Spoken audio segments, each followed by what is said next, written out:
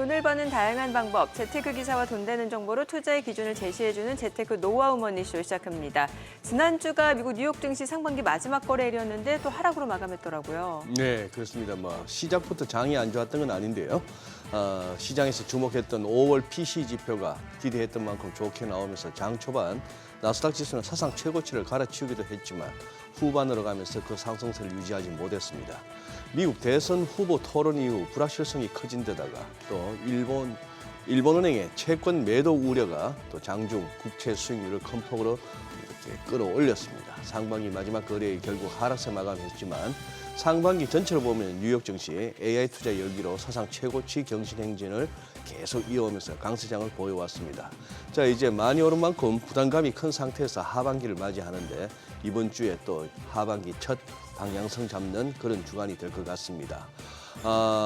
우리 시장 관망세가 지난주 짙었는데 이번 주 굉장히 또 중요할 것 같습니다. 네, 맞습니다. 네. 다소 주춤한 모습을 보였던 국내 증시 이번 주 다시 한번 또 2,800선 안착을 시도할 것으로 보여지고요. 이번 주에 삼성전자 잠정 실적 발표도 예정되어 있습니다. 본격적인 실적 시즌을 앞두고 국내 증시 방향성을 탐색하게 될 텐데요. 하반기 첫 거래일인 오늘 또 시장이 과연 어떤 흐름을 보여줄지 증시타임에서 확인해 보겠습니다. 전국 아파트 값이 반년 만에 상승한 가운데 부동산 시장이 다시 꿈틀대는 분위기입니다. 경매 시장에서도 최근 금매가보다 낙찰가가 더 높은 경우가 나타나면서 경쟁이 더욱더 치열해지고 있죠. 네, 서울의 일부 지역의 아파트는 경매 시장 최초로 100억 원이 넘는 낙찰가를 기록할 만큼 열기가 뜨겁다고 합니다. 하반기 경매 시장에는 역대급 큰 저항이 설 거라는 전망이 나오고 있는 가운데 경매 전략 어떻게 가져가면 좋을지 하모니에서 자세히 살펴보겠습니다. 네, 지금 보고 계신 머니쇼 유튜브에서도 라이브로 시청 가능하니까요. 많은 시청 부탁드립니다. 그럼 먼저 빠르게 돌아가는 글로벌 증시 상황부터 정리해 볼까요? 도지은 아나운서 소식 전해주시죠. 굿모닝 마켓입니다. 미 대선 토론회 이슈와 반기말 수급 영향까지 유입되면서 지수와 종목이 함께 출렁인 지난주였습니다. 두 후보자 중 누가 되든 미국의 재정 적자가 커지는 건 피할 수 없어 보입니다. 지난주 금요일 3대 지수는 모두 하락으로 마감이 됐습니다. 다우지수가 0.12%, S&P 500이 0.41% 하락했고 나스닥은 장중 최고치 경신하기도 했지만 결국 0.71% 하락으로 마감했습니다. 종목별로도 흐름 보면 대형 기술주들 차익 실현 매물이 쏟아지면서 대체로 하락했는데요.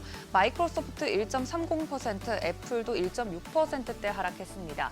엔비디아는 0.36% 약세 보였지만 TSMC, 브로드컴, AMD 등 다른 반도체 종목들은 최근 부진했던 흐름에 반발 매수세가 들어오면서 상승으로 마감했습니다. 알파벳 같은 경우 1.84% 하락했는데 로젠그린이 투자 의견을 매수해서 중립으로 하향 조정한 영향을 받았고요. 아마존도 2%대 하락으로 마감했습니다. 6위부터 10위도 보시면 메타는 호주에서 뉴스 서비스 중단을 이유로 2.9% 거의 3% 가까이 하락으로 마감이 됐고 일라이릴리도 0.40% 쉬었습니다. 미 대선 토론의 영향으로 테슬라를 제외한 리비안, 니오, 퀀텀스케이프 등 전기차 관련주는 대체로 부진했고 테슬라만 0.23% 소폭 상승했습니다. 태양광, 풍력 등 신재생 에너지 관련주들 부진했고요. 반대로 스트레스 테스트 통과한 은행주들은 강세 보였습니다. 종목별 흐름 보더라도 1차 미 대선 토론의 결과가 어떻게 나왔는지 대충 짐작이 가실 것 같은데요. 두 후보 중에는 확실히 트럼프 후보가 강세 보이고 있습니다. 그 영향으로 전기차를 비롯한 신재생 에너지 관련주, 기타 의료 서비스 업종이 부진했고 반면 휴마나 그리고 유나이티드 헬스 등 관리형 의료 기업들은 트럼프의 정책 수혜를 입을 것이란 전망에 강세 보였습니다. 다만 어떤 후보가 되든 미국의 재정 적자가 커지는 건 결코 피할 수 없는 미래처럼 보이는데요. 한편 PCE 지표 예상치에 부합했습니다. 물가가 둔화되고 있다는 신호 덕분에 금리 인하론에 더 힘이 실리고 있는데요. 개인 지출은 감소했는데 이 와중에 소득은 탄탄한 증가세 보이면서 소비자에게 큰 피해 없이 물가 압력이 완화될 수 있다는 희망이 보이기 시작했습니다. 다만 서비스 인플레이션의 경우 아직까지 끈적한 상황이라 유의할 필요가 있어 보이긴 합니다. 해당 지표 발표 영향으로 달러 약세 보였고요. 국채금리도 단기물 중심으로 하락세 보였습니다. 장 초반 강세도 PCE 지표 덕분이었는데요. 메리 데일리 샌프란시스코 연은 총재와 토마스 파킨 리치몬드 연은 총재도 이번 PCE 가격 지수 긍정적이라고 평가를 했습니다. 하지만 그럼에도 불구하고 10년물 국채금리 상승하면서 4.4% 목전에 두고 있습니다. 장중 발표된 시카고 연은 PMI나 미시간대 소비자 심리지수 확정치가 예비치에 비해 상향 조정된 등 영향을 좀 미친 것 같고요. 대선 후보 모두 국채 발행 증가 우려가 높아진 점도 한몫했을 겁니다. 또 하나의 가설은 엔화 약세를 방어하기 위해서 일본 중앙은행의 채권 매도를 우려해 채권 금리가 상승했다는 겁니다. 실제로 엔화가 역사적인 수준에서 폭락을 하면서 일본이 때 아닌 관광 붐을 맞이하고 있다는 소식도 있었는데요. 무엇이든 최근 채권 시장의 방향성이 뚜렷하지 않아서 경계감을 가지고 보시는 게 좋겠습니다. 한편 가상화폐 시장은 인플레이션이 둔화되고 있다는 지표에도 하락세 면치 못하고 있습니다. 대장주 비트코인 6만 달러 선 위협받고 있는데요.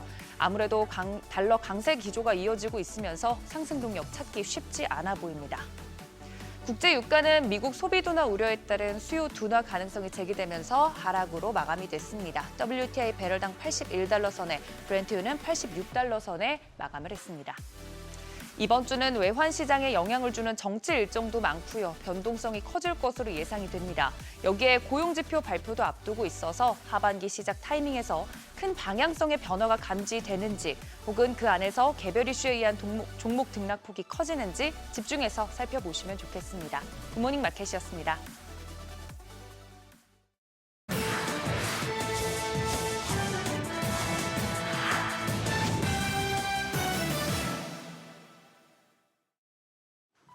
차갑게 식었던 중국의 아이폰 R이가 회복세를 보이고 있습니다. 애플의 눈물겨운 할인 전략이 통한 걸까요? 지난달 출하량이 약 40% 늘어난 것으로 나타났습니다. 올해 초 화웨이를 비롯한 중국 토종 업체들에 밀려 출하량은 37%나 뒷걸음질 쳤는데요. 이례적인 할인 카드를 꺼내들면서 지난 3월 플러스로 돌아선 뒤 석 달 연속 증가세를 이어가면서 한시름 놓을 수 있게 됐습니다. 하지만 고민은 여전합니다. 차세대 아이폰에 AI 탑재를 예고하면서 기대감을 한껏 키워왔는데 최대 시장인 중국에서 챗GPT를 사용할 수 없는 난감한 상황입니다. 바이두를 비롯해 알리바바 등 오픈 AI를 대체할 현지 파트너를 물색 중이지만 차기 모델 출시가 불과 몇 달 남지 않았는데 아직까지도 파트너십 소식은 들리지 않고 있어 겨우 돌려놓은 중국인들의 아이폰 사랑을 다시 또 놓치는 것 아닌지 우려감을 키우고 있습니다. 글로벌 스포츠 공용 나이키가 실적 쇼크를 직격탄으로 맞으면서 주가가 폭락했습니다. 23년 만에 최대 낙폭을 기록했는데요. 금요일장 20% 가까이 급락하면서 하루 만에 시총 39조 원이 증발했습니다. 원인은 실망스러운 실적과 가이던스였습니다. 지난 분기 매출은 1.7% 감소한 126억 달러에 그쳤고 향후 매출 전망도 어둡습니다. 6월에서 8월 매출은 시장 전망치보다도 크게 저조한 10% 하락을 점쳤고요. 또 연간 기준으로도 한 자릿수 중반대 감소 가능성을 제시하면서 실망감을 키웠습니다. 글로벌 스포츠 브랜드의 각축장이자 대목으로 꼽히는 올림픽 개막이 코앞인데 나이키가 위기에 처했다는 분석들이 쏟아지고 있는데요. 실제로 미국 스포츠용품 소매업체 딕스포팅 굿즈에서 나이키의 판매 점유율은 32%까지 하락했고 부진의 늪에서 빠져나오기 위해 20억 달러 규모의 비용 절감 프로젝트도 가동했지만 더 이상 혁신을 찾아보기 힘들다는 지적과 함께 좀처럼 길을 펴지 못하고 있습니다. 최근 부정인증 사태로 도마에 오른 일본 도요타가 이번엔 갑질 이슈로 골머리를 앓고 있습니다. 지분 90% 이상을 보유한 자회사가 하청업체에 대량의 부품을 공짜로 보관하도록 한 것으로 드러났는데요. 구체적으로 부품 제조에 쓰이는 금형과 검사용 기구 등 650여 세트를 전국 50개 업체에 맡아두도록 했는데 별도의 비용을 지급하지도 않았을 뿐더러 5천만 엔 상당의 차체 부품을 부당하게 반품한 의혹도 제기되고 있습니다. 장비 보관과 반품 이슈로 피해를 본 업체는 90곳에 달할 것으로 추정되고요. 이 때문에 최소 수천만 원의 손실을 본 것으로 알려졌습니다. 도요타는 최근 부정행위 여파로 프리미엄 브랜드 렉서스 신차 생산과 출시를 모두 연기하는 등 난항을 겪고 있는데요. 석 달 새 시총은 13조엔 우리 돈 111조 원이 증발하는 등 직격탄을 맞았습니다. 투자의 기재 워런 버핏이 최근 유언장 일부를 손보면서 화제를 모으고 있습니다. 자신이 죽게 되면 우리 돈 180조 원에 달하는 재산을 세 자녀가 공동 관리하는 공인신탁에 넘겨주겠다고 밝혔는데요. 버핏 회장은 세계에는 80억 명이 있고 나와 내 자식들은 1% 중 가장 운이 좋은 100번째 안에 든다면서 사람들을 도울 수 있는 방법은 많다고 언급했습니다. 여전히 건재한 버핏이지만 90이 넘는 나이를 고려했을 때 이제 누가 그의 뒤를 이을 것인지에 대해서도 관심이 쏠리고 있는데요. 최근 테드 웨슐러와 토드 콤즈가 약 490조 원에 달하는 버핏의 주식 포트폴리오를 맡아 제2의 버핏과 멍거 듀오가 될 것이라는 전망이 나오기도 했습니다. 이들은 버크셔 10년 최고의 선택으로 불리는 애플 투자를 주도한 주역들이기도 하고요. 버핏은 이들을 회사에 채용한 게 자신이 내린 최고의 결정 중 하나라고 언급하기도 해 큰 주목을 받았는데 버핏 없는 버크셔 당장은 상상하기 힘드네요. 지금까지 글로벌 비즈였습니다. 지난주 금요일 이슈가 있었던 업종 살펴보는 기업 이슈 시간입니다. 지난 금요일 우리 시장은 PC에 대한 경계감에 뚜렷한 주도주 없이 종목 장세가 펼쳐졌는데요. 어떤 업종들이 주목받았는지 살펴보겠습니다. 먼저 디스플레이 업종이 좋은 시세를 냈는데 OLED 태블릿 시장의 급성장으로 전 세계 OLED 패널 시장이 커질 것이라는 분석이 나온 것이 관련 업종의 호재로 작용했습니다. 시장 조상업체 DSCC에 따르면 올해 OLED 패널 매출은 전년 대비 12% 증가한 61조 원으로 예상됩니다. OLED 태블릿과 모니터 시장의 성장세가 전체 시장 매출 확대를 견인하는 것인데요. OLED 태블릿 시장은 애플의 신형 아이패드 프로 출시로 인해 올해 매출이 전년 대비 632% 급증할 것으로 전망됩니다. OLED 모니터 시장 역시 판매량이 80% 늘어나면서 매출이 45% 성장할 것으로 예상되죠. 실제로 이렇게 OLED 출하량이 확대되면서 국내 디스플레이 업체도 올해 2분기부터 점차 실적 개선 흐름이 본격화될 것으로 점쳐졌는데요. 이 같은 소식에 관련주들이 상승했습니다. HBVM이 12.22% 올랐고 KPS가 8.47%, 또 일진 디스플레이 6.85% 상승했습니다. 그 밖에 LG 디스플레이도 6.7% 올라 강세 흐름 보였습니다. 정부가 우주산업 성장에 힘을 쏟을 것으로 보입니다. 윤영빈 우주항공청장은 한국의 다음 주력 산업은 우주가 될 것이라면서 2045년까지 우주항공기금 100조 원을 유치해 민간 기업을 전폭적으로 지원하겠다고 밝혔습니다. 또한 국내 우주기업을 2,000개 이상, 우주 일자리를 50만 개 이상 창출하겠다는 구체적인 계획도 제시했습니다. 아직 세계 우주항공 시장에서 한국의 점유율은 1% 이하로 낮은 수준에 머물러 있지만 앞으로 정부는 우주 선진국 5개국 중 하나로 올라서겠다면서 2045년에는 점유율을 10%까지 늘리겠다는 포부를 밝혔습니다. 이 같은 소식에 관련주들이 들썩였는데요. LIG 넥스원이 9.73%, 한화 에어로스페이스가 6.17% 뛰었고요. 비츠로테크가 4.47%, 현대 로템도 3.03% 올랐습니다. 최근 김은 냉동 김밥의 세계적인 인기에 힘입어 검은 반도체라고도 불리고 있죠. 그만큼 김밥의 핵심 재료인 김 가격이 큰 폭으로 오르고 있는데요. 농산물 유통정보에 따르면 마른 김 10장의 소비자가는 1,326원으로 1년 전과 비교해서 30% 가까이 올랐습니다. 도매 가격은 상승세가 더 가팔랐는데요. 마른 김 100장의 평균가는 1,700원으로 전년 대비 55.4% 올랐습니다. 이렇게 김 가격이 강세를 보이는 것은 먼저 세계 각국에서 냉동김밥이 인기를 끌면서 김의 해외 수요가 대폭 늘어나서이고요. 두 번째로는 수온 상승 등 기후변화로 생산량이 줄어든 것도 가격 상승에 영향을 주고 있습니다. 이처럼 김 가격이 오르면서 관련 기업들의 실적 개선 기대감도 부각되자 관련주들의 주가가 뛰었는데요.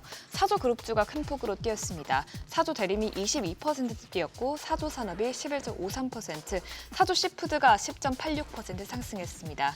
그 밖에 한성기업과 사조오양이 각각 6%대, 3%대 상승세를 나타냈습니다. 엔터주가 모처럼 반등에 성공했습니다. 엔터테인먼트 업종의 주가가 하반기에 회복세를 보일 것이라는 전망이 나왔기 때문인데요. 유한타증권은 향후 수년간 음원, 공연, 콘텐츠 등 다양한 영역에서 실적 성장세가 이어질 것이라고 보이면서 앨범 성적 또한 기대해볼 수 있는 국면으로 진입하고 있어 하반기 엔터 섹터 주가 흐름은 완만한 회복세를 보일 것이라고 밝혔습니다.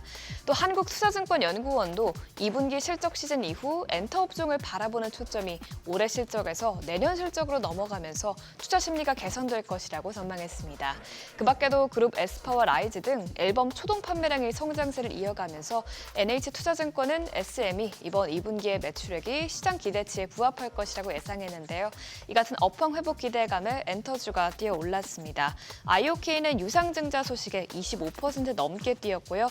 펜 엔터테인먼트와 SM이 모두 5%대 상승세를 기록했습니다. 이외에 JYP 엔터테인먼트와 YG 엔터테인먼트가 2%대 오름세를 기록했습니다.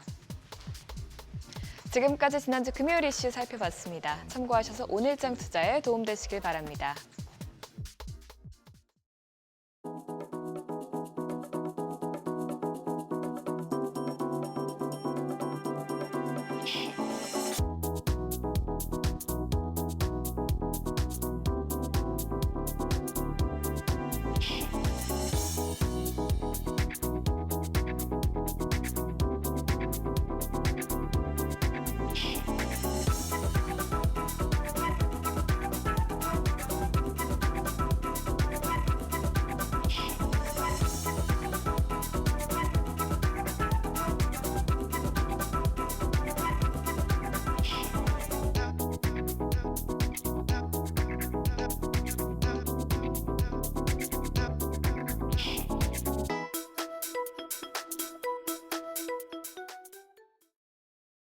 상반기 우리 시장이 마무리됐습니다.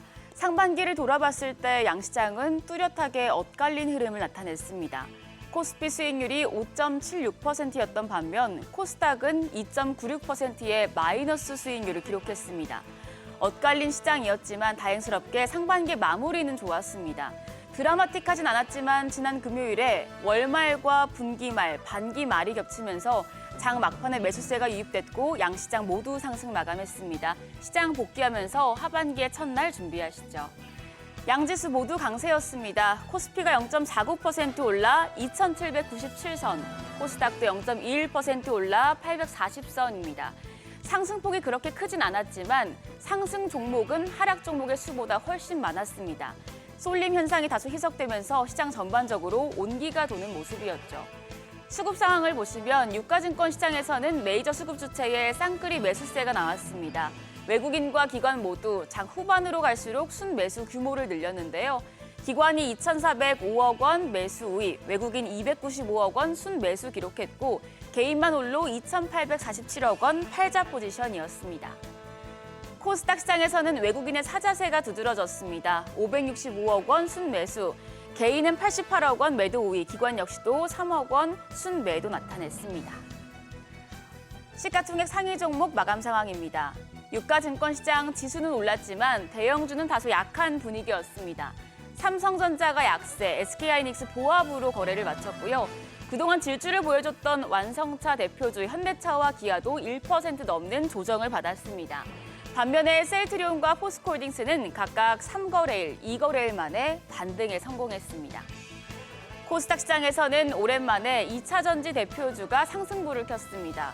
에코프로비엠이 7거래일 만에 연이은 약세를 끊어내고 2.81% 시세를 냈습니다. 공적 수출 신용기관을 통해 1조 2천억 원 규모의 투자금을 유치했다는 소식에 에코프로까지도 0.56% 플러스권이었습니다. 그 밖에 셀트리온 제약과 리노공업이 1%대 강세 기록했고 삼천당 제약은 일본 제약사와 먹는 세마글루타이드 복제약을 독점 판매하는 가계약을 맺었다는 소식에 2.89% 상승했습니다. 또 시간의 거래에서도 강한 흐름 이어갔으니 체크하시고요.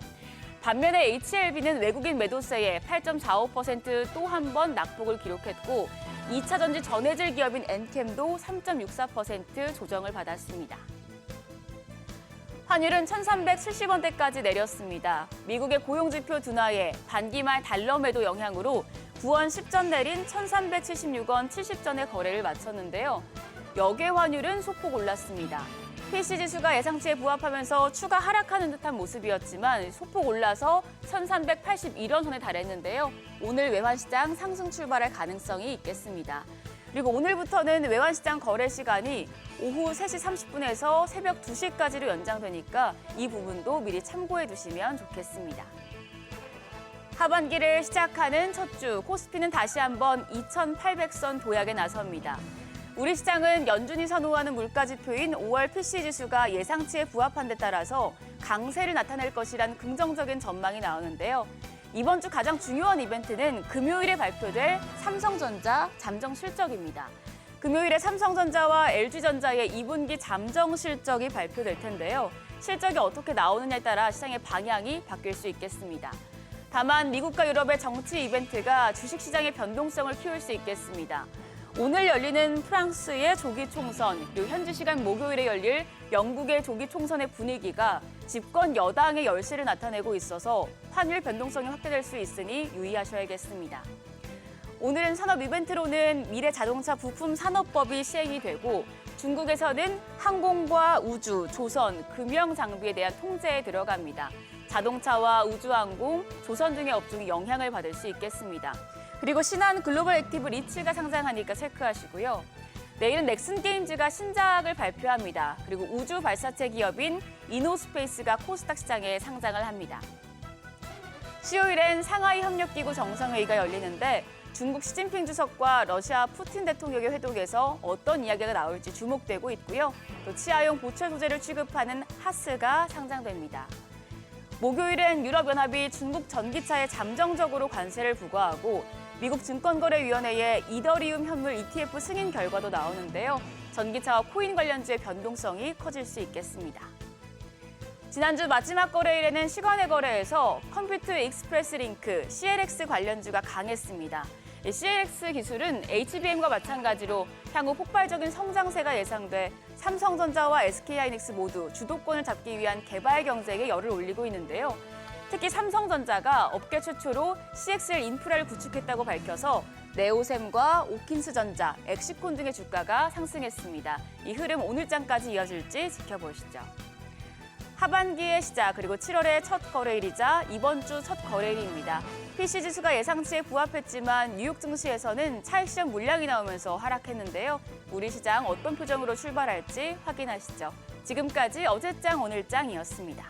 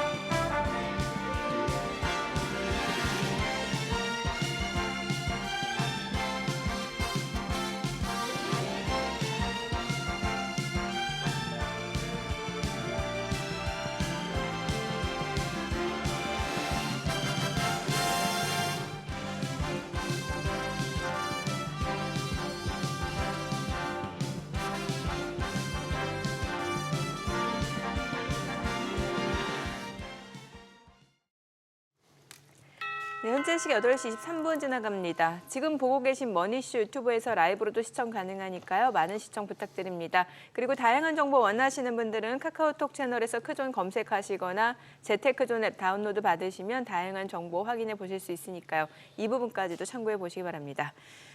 상반기 성적표 보니까 미증시는 정말 좋았네요. 특히 뭐 나스닥, S&P 500, 나스닥이 20% 정도 올랐고 S&P 500이 한 15%. 국내 증시는 약간 좀 아쉬운 감이 있고요. 아쉬운 감이 예. 있죠. 예. 뭐 오히려 나스닥보다도 대만하고 일본은 지수 상승만 봐서는 상반기에 더 좋더라고요. 그러네요. 아마 오늘 송정인 예. 대표님이 성적표 한번 짚어주실 것 같은데 나라별로 예. 우리 뭐 코스피 이렇게 중간에서 좀 처지는 성적이고 코스닥은 마이너스 3%니까 좀 속상하죠. 뭐 또 하반기에는 충분히 만회할 수도 있지 않을까라는 그래요. 기대를 좀 가져봐야 되지 않을까요? 참 우리 정민 앵커 말 이쁘게 하셔. 이러니 네. 시청자분들하고 투자자분들이 좋아하실 수밖에. 왜냐면 바람이 좀 반영이 되죠. 네, 그랬으면 좋겠다. 네, 그랬으면 좋겠다. 예. 아우 근데 또 체크할 것도 진짜 많네요. 이번 이렇게 주에, 유심히 예. 듣고 있는데 뭘 이렇게 살펴야 되고 뭐 공부해야 될 게 많은지. 고용지표 의사로 예. 뭐 저런 거 다 챙기지 마시고 그냥 아침 8시에 저희 머니쇼 머니쇼 트시면 되겠습니다. 그러면 좀 쉽게 체크가 되죠. 쉽게 체크되시죠. 네, 네. 바로 모셔보도록 하겠습니다. 디멘전 투자자문 투자부문 송재경 대표님 함께합니다. 어서 오세요. 어서 오세요, 안녕하세요. 대표님. 예. 저기 뭐부터 살펴야 될까? 지난주 워낙 일이 많았는데 네. 순서는 그겁니다만 저기 그래도 그거부터 한번 보시죠. PC 물가지표. 아, 네, 그러니까 오랜만에 그 뭐랄까 시장이 원하는 수준이 나왔고 네, 이게 네. 3년 만에 가장 낮은 상승률이라면서요. 맞습니다. 예. 그렇게 됐고, 그러니까 지금 그러니까 YOY로 전년 동월 대비 한 2.6%, 그 다음에 전월 대비 0.1, 뭐 이런 식으로 네. 시장이 정확히 예상대로 나왔다. 그게 이제 일단은 뭐 긍정적이었다 봐야 될 것 뭐 같고요. 전월비 0.1, 뭐 0 이럴 것 같으면은 이거는 뭐 인플레 다 잡았네요. 근데 문제는 이제 데이터 포인트 하나다 이거죠. 한 개월. 왜냐하면 생각을 조금 더 이제 뒤로 돌려보시면 네. 작년 마지막 4분기 그러니까 그 11, 12월 달이 되게 금리가 그러니까 그 PC 물가가 낮게 나왔었거든요. 네네. 그래서 그때 이제 파월이 자신감 갖고 피봇하고 뭐 네. 우리 끝난 그런 분위기 만들었다가 1, 2, 3월 때 완전 또 큰 코 다쳤었지 그러게요. 않습니까? 예, 예. 그리고 이제 이번에 4, 5월 달 오면서 조금 나아지는 모습을 보이고 있기 때문에 결론적으로는 결국은 우리가 보는 것도 중요하지만 연준 FOMC 위원들이 보는 게 중요할 텐데 예. 아직 승리를 선언하기는 이르다라고 얘기를 할 것 같고요. 뭐 이따 우리가 얘기했지만 또 금리를 인하하는 것이 이제 결국 우리가 이걸 다 보는 게 금리 좀 인하해줘. 뭐 이게 목표지 않습니까? 바람인데 금리 인하하는 이유도 또 중요하기 때문에 그런 측면에서 놓고 보면 이것이 정말로 연착륙돼 갖고 잘 흘러가는 거냐 아니면은 진짜 시장에서 또 일부 우려는 이것이 소위 이제 연착륙을 지나서 빠르게 그 소위 디플레이션 또 내지는 경착륙을 가는 거 아니냐 그 지나가는 한 가운데 있는 거 아니냐는 걱정도 있거든요. 그래서 네. 그런 측면에서 보면 요 한 개 포인트만 갖고 너무 그러니까 일일비하기는 좀 이른 상황이지 않을까. 시장도 적어도 거기에 대해서는 반응한 것 같다 이렇게 말씀. 지금 저 페드워치 저 표를 봐서는 시장은 아직까지 연내 25p씩 해서 2번 정도는 기대하고 있네요. 9월, 12월 뭐 이 정도. 9월, 12월 정도. 11월. 예, 보통 그런데 기억하시지만 시장은 바람이 너무 이제 들쭉날쭉해서 연초에만 해도 7번 했다가 맞아요. 가장 최근엔 또 한 번 했다가 지금 또 다시 2번 가고 예. 그러니까 너무 우리가 김치 국물을 먼저 마시면 안 되겠다. 네네. 그거 말씀드립니다. 그래도 만약에 주말에 나오는 고용 지표 자체가 만약에 좀 고용 시장이 좀 둔화되고 있다라고 하면은 뭐 실업률이 좀 높게 나온다거나 그러면은 또 금리 인하 기대감은 더 커질 수도 있는 거잖아요. 예. 그런데 이제 그게 거꾸로 이제 금리 인하로 잡을 수 있는 혹시라도 이게 원래 그 소위 그 고용 지표에서 우리가 봐야 될 게 그 신규 일자리 수도 중요하지만 네. 실업률이 예, 중요한데 예. 과거의 경험상 실업률은 한 번 위로 튀기 시작하면은 수직 상승을 해버리거든요. 그러니까 서서히 올라간 적이 한 번도 없어요. 예. 보면은 급등을 하는 양상이 나타나요. 왜냐하면 그래도 얘기했지만 사장님들이 참다 맨 마지막에 그래 미안하다 우리 여기까지다 이제 이 얘기를 맨 마지막에 하는 거지 않습니까? 아, 그래도 미국은 우리나라보다는 고용에 대해서 좀 탄력적이고 해고도 마찬가지인데. 근데 또 코로나 때문에라도 지금 일부러 껴안고 가는 것들도 코로나 때 워낙 못 구하다 보니까 아, 예, 그런 경향도 예. 있었기 때문에 그런 측면에서 보면 이게 이제 연준이 어찌 보면 자기들 자랑인데 결국 높은 고금리 정책이 드디어 지금 효과를 나타낸다고 하는데 효과가 적당하게 나타나야지 이제 과하게 나타나는 문제가 되겠죠. 예. 그런 측면에서는 지금부터 이제 오히려 이제 논란들은 뭐냐면 걱정하는 분들은 이게 너무 과잉으로 나타날까봐 걱정하겠다. 그래서 이제 빨리 금리 인하자라는 그런 이제 압력이 또 연준에 사실은 역으로 되돌아가고 있는 그런 상황이다 이렇게 말씀드립니다. 예. 그 적당히가 참 그 골디락스 네, 뜨겁지도 차갑지도 않은. 네. 네, 근데 식당에서 그 왜 여전히 그 뭐 가스 넣어서 이렇게 켜는 탁탁 네. 켜는 그걸로 네. 팔팔팔 끓이다가 완전히 꺼서 먹을 수는 없고 밑에 은근히 불을 갖다가 켜놓고 음식이 식지 않을 정도. 그 은근히 불 줄이기가 쉽지 않더라고요. 잘 꺼지더라고요 저는. 그래서 우리나라 뚝배기 그릇 같은 게 필요하죠. 그러니까 금방 잔열이 뜨거워져. 좀 남아있는. 양은 냄비보다는. 네. 예. 지난주에 그 바이든하고 트럼프 TV 토론이 있었잖아요. 네. 아니 후폭풍이 생각보다 세요 지금. 결론적으로는 말씀 주신 대로 이 그냥 트럼프가 되는 걸로 지금 분위기는 이제 거의 흘러가고 있는 것 같습니다. 네네네. 바이든을 지속한다면 가능성 매우 낮아지는 거 아니냐 이제 얘기를 보고 있고 사실은 금요일 날 미국장을 봤을 때는 PC가 그 정도 나왔으면 이제까지 흐름을 봤을 때는 환호하면서 주가가 급등을 했어야 됐거든요. 네. 금리는 떨어지고 네. 이렇게 됐었는데 반면에 목요일 밤에 있었던 말씀 주신 바이든과 트럼프의 조기 토론 이것도 네. 보니까 그 백악관에서 먼저 요청해갖고 이 성사된 왜인지 모르겠는데 어쨌든 그러니까 괜히 이제 쓸데없는 불씨를 키운 것 같은데 결론적으로는 그러다 보니까 트럼프 되면은 재정 적자 더 심해지겠는 걸 그러면서 오히려 낮은 PC에도 불구하고 미국의 지금 금리는 오히려 금요일 날 더 튀었습니다 위로. 예. 네, 그래서 그건 PC보다는 트럼프 바이든 조기 그 소위 토론, TV 토론의 결과물이다 봐야 될 것 같고요. 지금은 오히려 하반기로 갈수록 지금 물가나 이런 이제 그 실업률도 중요하지만 앞으로의 장기적인 그러한 그 정책 방향에 대해서 방향성이 지금 변동성이 커지기 때문에 거기에 대해서 시장이 이제 본격적으로 좀 격하게 반응할 가능성은 있다 이렇게 말씀드립니다. 저도 조금 그 토론을 갖다가 앉아서 그냥 뭐 딴 거 다 치우고 그냥 이어폰 꽂고 딱 봤는데 저는 두 가지를 말씀드리고 싶어요. 어떻게 미국에서 대통령 되겠다고 나온 두 분이 악수 한 번 안 합니까? 만날 때도 그렇고 끝나고 헤어질 때도 그렇고 그런 식인데다가 또 하나 지금 대표님도 이상하게 여기시죠. 지금 4개월 지금 11월 초니까 4개월도 더 남았어요. 막상 선거는. 네네네. 그리고 두 분 아직까지 공식적으로 지명된 거 아니거든요.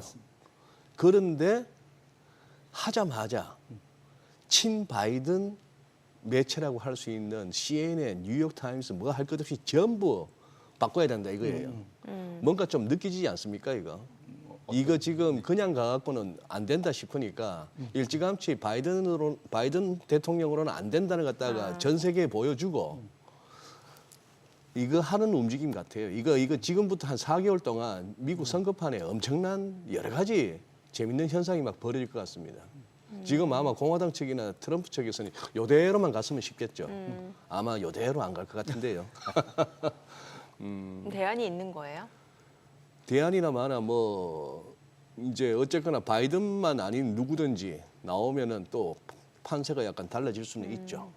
지금 뭐 얘기로는 이게 시간이 얼마 안 남아서 네네. 네. 지금 한 서너 명 정도의 그 소위 대체 후보 네. 얘기가 되고 있는데 이게 이제 미국은 우리나라하고 달리 우리는 그 소위 그 투표 용지에 이름이 찍히는 걸 되게 중요시하지 않습니까? 그래서 대략 일주일 전인데 미국은 땅덩어리가 크다 보니까 2, 3개월 전 오하이오 같은 경우는 들어보니까 9월부터 이미 정해져 있어야 된다고 그러더라고요. 그러니까 미리 교체가 되지 않으면 안 되는 네. 상황이고 그다음에 네. 미국 돈이 워낙 많이 들어가니까 예. 근데 만약에 누군가 대체 후보가 지금 되면 지금부터 제로 베이스에서 선거 자금을 다시 모아야 된답니다. 네네. 그러니까 이것들을 다 종합해 보면 현재 이 부통령이 가장 대안이다. 왜냐하면 그건 같은 조가 돼 있기 때문에 지금 그 바이든이 모아놓은 선거 자금을 그대로 쓸 수 있다라고 네. 하더라고요. 예. 그런 현실적인 이슈 때문이라도 만약에 된다면 카밀라 해리스로 바뀔 가능성이 좀 높지 않겠냐라는 일부 그런 평론가들의 얘기는 나오더라고요. 오히려 사실 6월 말 반기 말이라서 뭐 흔히 하는 말로 윈도 드레싱 차원에서라도 지수 좀 끌어올릴까 싶었는데 높게 출발했다가 오히려 쭉 예. 미끄러졌는데 결국은 장중 흐름을 봐서는 국채 수익률이 급등하면서부터 이제 증시가 힘을 잃더라고요. 맞습니다. 그 부분은 무슨 뭐 지표가 있었습니까? 아니면은 이 TV 토론 보고 나니까 어느 쪽이 되든 간에 미국은 저 재정 적자하고 인플레 답이 없다라고 시장이 또 판단을 했다고 보십니까? 뭐 사실은 그 사이에 좀 뭐랄까 잘 뭐든지 해결될 거다라는 이제 낙관론이 지배하다가 한 2주 전부터 큰 변화가 있었죠. 그럼 2차부터 보는 게 더 맞을 네, 것 네. 같은데요. 연방 적자에 대한 의회 예산처의 전망이 불과 4개월 만에 크게 바뀌었다. 11번 차트입니다. 보시면 연방 적자가 원래 2월 달에 미국은 의회에서 모든 예산을 관리하잖아요. 예. 네. 근데 거기에 의회 예산처라는 그런 독립기구가 있는데 거기서 이제 향후 올해 하고 향후 10년 뭐 이런 이제 장기 추정치를 내는데 보시면 그러니까 불과 2월 달에 1.5조 달러 예산 적자를 예상을 했었고요. 예. 이게 GDP의 5.3% 수준인데 불과 4개월 만에 1.9조 달러 6.7%로 급증하는 그러면 이건 2020년 코로나 위기 이후로 가장 높은 수준으로 지금 올라가는 거거든요. 네. 그럼 이렇게 되면 뭐가 문제가 되느냐? 지금 안 그래도 지금 올해 지금 찍어야 될 부채가 많은데 거기에 추가로 남은 3개월 동안 미국은 그 회계 연도가 9월로 끝나지 않습니까? 그러면은 9월까지 남은 7, 8, 9, 3개월 동안 네. 1,400억 달러를 더 찍어야 된다는 거예요. 추가로. 이걸 단기채 1년 미만채로 찍어야 네. 되니까 과연 이게 시장에서 해소해 줄 수가 있겠어? 이런 걱정. 이러다 보니까 뭔가 트럼프가 되면 더 찍어야 되는 거 아니야? 어허. 그러다 보니까 그러니까 국채 공급에 대한 우려 예. 이런 것들이 PC가 중요한 게 아니라 예. 그 많은 걸 우리가 소화를 못해 이런 이제 것 때문에 금리가 이제 위로 튀었다 보셔야 될 것 같고요.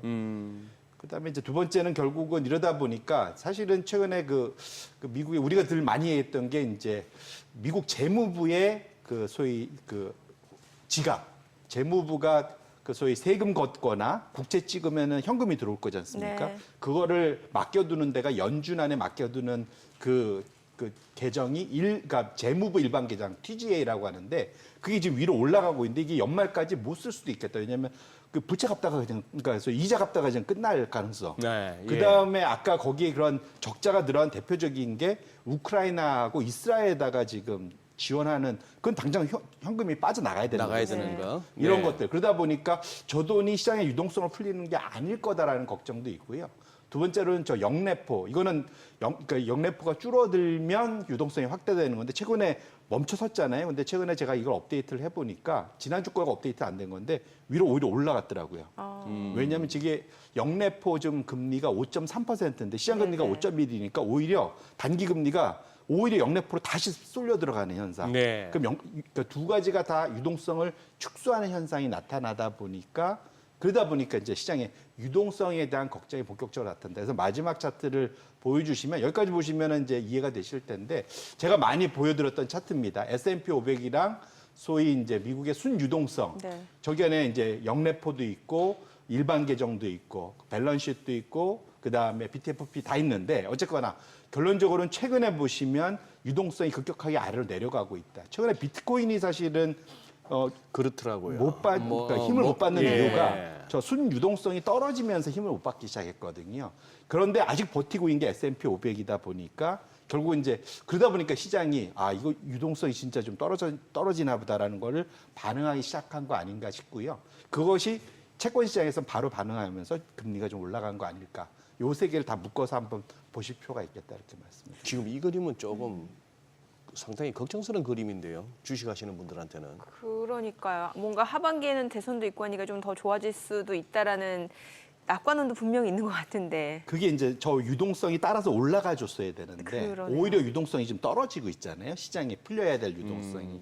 그러다 보니까 저런 괴리가 커졌고 그래서 하반기에 대해서 조정 우려를 하는 분들이 좀 일부 늘었고 골드만삭스에서 지난주에 얘기한 게 그쪽 헤지펀드 부분에서는 7, 8월경에 그러한 적어도 조정 가능성에 대해서 우리가 좀 대응할 필요가 있겠다라는 얘기를 하는 것도 저런 배경이 있는 거다 이렇게 보셔야 될 7, 것 같습니다. 8월. 네. 아무래도 지난주 주말에 미국에서 나온 얘기 중에 JP 모건의 그 콜라노 위치야 지금 계속해서 2022년에는 그 오르는 장에 빠진다 했다가 바보 됐고 작년에는 또 뭐 오르는 와중에 또 내린다 했다가 네네네. 2년 연속 헛다리 짚고 나서 계속 지금 이제 내린다 쪽으로 고집을 피운다니까 좀 그렇다 치고 네.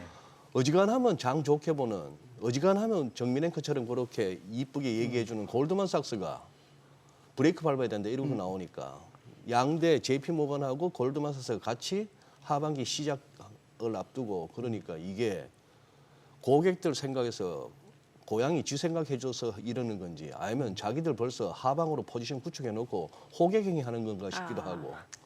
헤지펀드들은 확실히 빅테크를 최근 한 달간 엄청 팔았습니다. 네. 비중을 많이 줄이긴 네. 했습니다. 네. 그래서 그 말씀 주신 대로 오히려 본인들은 포지션 잡고 얘기하는 걸 수도 있긴 한데 네. 그게 충분히 먹힐 수 있다고 생각하는 이유가 많이 올랐잖아요. 그러니까. 예. 얼마든지 그래서 조정 가능성이 있고 거기에 뭐 군부를 떼고 있다 뭐 이렇게 볼 수도 있을 것 같습니다. 뭐 많이 올랐다고 말씀 주셨으니까는 실제로 상반기 어느 정도 수익률이 났는지 나라별로 좀 체크해 보면 좋을 것 같은데요. 이게 이제 그 대학교 보면 이제 1학기, 2학기 있으면 1학기 성적표가 예. 이제 드디어 1학기. 예. 1학기 성적표가 그래요. 나왔습니다. 네. 네. 예, 그래서 이게 좋은 것도 있고 나쁜 것도 있는데 일단은 또 부러운 데들 먼저 얘기를 해야 될 것 같은데 상반기에 보면은 1등은 대만이었습니다. 대만이 거의 지수가 27%, 28% 보셨습니까? 상반기에 어마어마하게 올랐고요. 저것도 TSMC가 또 멱살 잡아 끌어올린 거 아닙니까? 그러니까 TSMC 포함해서 상위 5개가 상위 5개가. 다 테크주입니다. 와우. 기술주니까 네. 특히 반도체 관련된 뭐 이런 네. 다 관련된 주들 그러니까 호나인이 뭐 다 이러다 보니까 엄청나게 지금 올랐고요. 호나인은 2배 올랐더라고요. 100% 이상 올랐더라고요. TSMC가 한 60% 올랐고. 예. 그다음에 일본 니케이가 한 18% 올랐고. 그다음에 네덜란드하고 이제 미국 나스닥 이거 합쳐 보면 여기가 다 기술주지 않습니까? 네, 네. 네덜란드. 그러다 보니까 결국은 전반적으로는 다 기술주 중심으로 상반기가 다 결국에 AI가 그러니까 엔비디아와 연관성이 있는 데들이 다 올랐다. 그러네요. 이렇게 봐야 될 것 같고요. 반면에 이제 우리나라는 이제 중하위권으로 확실히 밀렸는데 5.4%인데 이따 보겠지만 이게 다 6월 달에 오른 거의 거의 대부분입니다. 그래서 뭐 그나마 좀 낫지 않을까. 이제 좀 아쉽긴 하다. 상반기 성적은. 반면에 저 맨 우측으로 가면 그나마 우리는 그러니까 위에 보면 배 아프지만 저 아래 보면 그나마 우리가 다행이다 싶은 게 프랑스는 지금 올해 이 좋은 장에서 마이너스로 끝났습니다. 예, 그러니까 프랑스가 지금 제 극우 쪽에서 이번에 주말 사이에 1차 총선에서 네, 보니까 예, 압도적이네요. 예, 국민연합이 네. 그래도 과반은 못 넘어서 다행이긴 예. 한데 그래서 이제 결선 투표하긴 할 텐데 어쨌든 지금 프랑스가 제2의 그러니까 프렉짓 네. 블랙짓이 아니라 프렉짓 하는 거 아니냐는 음. 걱정까지 지금 나오고 있거든요. 그러다 보니까 지금 프랑스 그런 유럽 위기, 우려, 걱정 뭐 이런 것들 때문에 프랑스가 빠졌다 보셔야 될 것 같고 전반적으로 상반기는 결국은 모든 것은 엔비디아를 중심으로 한 빅테크 또 이와 연관된 밸류 체인이 많은 기업들을 갖고 있는 증시가 상당히 좋았었다. 이렇게 마무리를 할 수 있을 것 같습니다. 네. 예. 그러네요. 네덜란드가 항상 보면 이렇게 지수 이렇게 순서를 세워 보면은 늘 상위권이더라고요. ASML 있고 ASML 있고. 예, 그 외에 뭐 제가 기억에 ASML 있고 쉘이 있고 네. 그다음에 다른 또 무슨 전자상거래 이런 소프트웨어 업체들 꽤 유럽 쪽에서는 큰 데들이 좀 있습니다. 야. 이들이 다 이제 성과가 좋았거든요. 예, 예. 네네. 그저 뭐- 바이오도 좀 큰 데가 있고. 네. 막연하게 튤립의 나라, 풍차의 나라, 전혀 안 그렇습니다. 딩크의 나라 네. 이 정도였는데 튤립의 나라, 풍차의 나라. 유럽의 대만 같은 데인 거죠. 네. 의외로 강국이네요. 기술 유럽의 강국이네요. 대만 같은 데라고 보시면 될 것 같습니다. 유럽의 대만이라는 표현이 딱 좋네요. 네, 네. 예. 아니, 환율 얘기도 좀 해봐야 될 것 같은데 지금 엔저 현상 계속 이어지고 있고 또 우리 외환시장 오늘부터 또 바뀌잖아요. 맞습니다. 이게 사실 통상은 수출 많이 하는 나라들은 환율이 약세로 가면, 그러니까 달러 대비 환율이 올라가면 다들 좋아해야 되는데 네. 이렇게 많이 올라가면 좋은 게 아니다. 그렇죠. 이게 걱정되는 건데 지금 차트에 보시면 상반기에 킹 달러는 여전히 유지가 됐고요. 달러 지수가 4.4% 올랐는데 제일 많이 약세를 보인 즉 달러 대비 환율이 많이 오른 데가 브라질 레알 이 15%나 올랐습니다. 이유는 이게 룰라 대통령이 들어오고 2년 동안 올 초반에 뭘 했냐면 그 브라질의 가장 큰 기업이 석유 생산하는 페트로브라스라는 회사인데 예. 이 회사가 배당하는 거를 못 하겠어요. 네.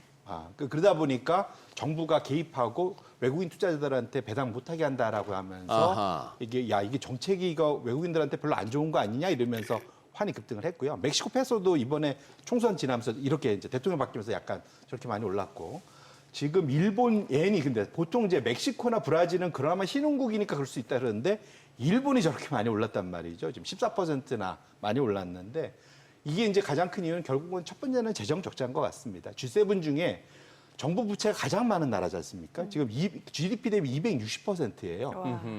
이게 그러니까 저기는 그러다 보니까 금리로 그러니까 두 가지거든요. 저쪽은 해야 될 게 금리를 올려서 미국과의 금리 차를 줄이거나 예. 아니면 달러에 대한 수요를 자체적으로 줄이거나 둘 중에 하나인데 금리를 올려버리면 뭐가 문제냐면 정부 부채가 워낙 많다 보니까 이자 부담이 엄청나게 급격하게 올라갈 수 있어서 내 마음대로 못 올리고 그다음에 달러에 대해서 그러면 표 줄이는 좋은 방법은 미국 국채를 내다 팔면 됩니다. 아까 앞에서도 우리 아나운서분들이 얘기하셔 주셨는데 미국 국채를 전 세계에서 제일 많이 들고 있잖아요. 1조 달러나 들고 있습니다. 예. 그거 팔고 예나 사면 됩니다. 예나 사면. 근데 이거 뭐 함부로 못 해요. 왜냐면 미국 재무부 사실상 사전 승인 받아야 되는 상황이거든요. 지금. 네. 그러니까 지금 일본이 할 수 있는 게 아무것도 없다 보니까 그래 그럼 못 하겠네. 그러다 보니까 그 소위 말하는 소위 그 한머니들이 지금 엔화 약세에다가 투자를 어마어마하게 지금 하고 있는 거다. 그러다 보니까 일본의 엔화가 저렇게 약세를 보이고 있다. 결론적으로는 상반기에 전반적으로 킹달러는 유지되지만 정부의 정책이 의도든 타의든 자기 마음대로 못하는 데들이 상당히 어려움을 겪고 있다는 측면에서 저런 회사들이 저런 국가들이 길게 놓고 보면 외국인 자금을 유치하는데 상당히 좀 앞으로 좀 더 어려워질 수 있어서 우리가 결국은 정부 당국이 외환 당국이 저 관리를 좀 잘해줄 필요가 있다. 우리도 워낙 높이 올라가는 데들이 있어가 우리가 지금 6.7이 낮아 보이지만 낮은 게 아니거든요. 그러네요. 예. 그런 측면에서 보면은 이게 우리도 넉놓고 있으면 안 되고 환 관리를 정말 잘해야 될 필요가 있겠다 이렇게 말씀드립니다. 그런 측면에서 예. 지금 이제 거래 시간이 이제 늘어나는데 그러게요. 대표님 보시기에는 어떤 식으로 시장에 영향을 미칠 것 같습니까? 글쎄요. 또 뭐 저도 이제 그 외환 전문가는 아니라서 근데 뭐 기본적으로 우리나라 외국인 투자자들이 올 때 제일 마음에 안 들어하는 것이 24시간 환거래하게 해달라.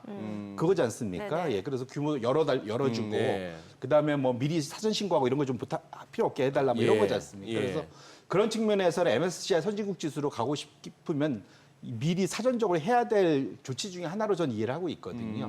다만 우리나라 워낙 IMF 때의 그런 그 악몽 뭐 이런 것들이 있어서 외환 시장에 대해서만큼 우리나라 외환관리법 위반하면 엄청나게 처벌이 셉니다. 그래서 그런 만큼 그런 과거의 그런 그 걱정 이런 게 있어서 이제 그걸 잘 못 열긴 하는데 길게 놓고 보면 그걸 열어줘야만 사실은 전반적으로 돼서 이번에 일정 부분 조금씩 열면서 사실 연습해 나가는 과정이다 이렇게 저는 이해를 하고 있습니다.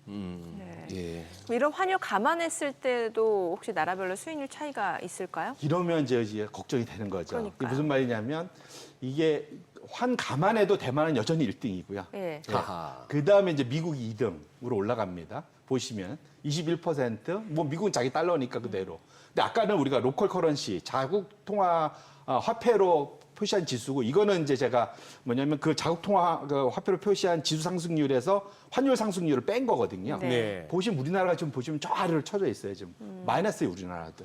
그 외국인들 입장에서 보면 한국에 투자했으면 상반기엔 마이너스 나요. 그러네요. 그러니까 프랑스 뭐 당연히 마이너스긴 하겠지만 일본도 사실은 별로 썩 좋지 않습니다. 아까 2등이었는데 18%였는데 지금 4%로 그러네요. 뚝 떨어져서 중간에 오거든요. 네. 결론적으로 이렇기 때문에 외국인 자금을 유치하려면 어허. 일단 환 관리가 먼저 돼야 된다. 그런 측면에서 놓고 보면 지금 우리나라가 하반기에 지금 그러니까 국채는 찍지 않고 외평채 위주로 찍는데 그것이 계속 좋은 방법이냐에 대해서는 좀 고려해 볼 필요는 있겠다 이렇게 말씀드립니다. 그래도 월간으로 봤을 때는 상반기만 놓고 봤을 땐 성적이 안 좋긴 한데 월간으로 놓고 봤을 때는 그래도 6월 달은 나쁘지 않았던 것 같거든요. 특히 뭐 나스닥하고 S&P 500이 좀 주춤했을 때요. 그게 이제 저는 불행 중 다행이다. 불행 중 다행. 예, 생각하는데 네. 월간으로 놓고 보면 우리나라가 대만 다음으로 2등이다.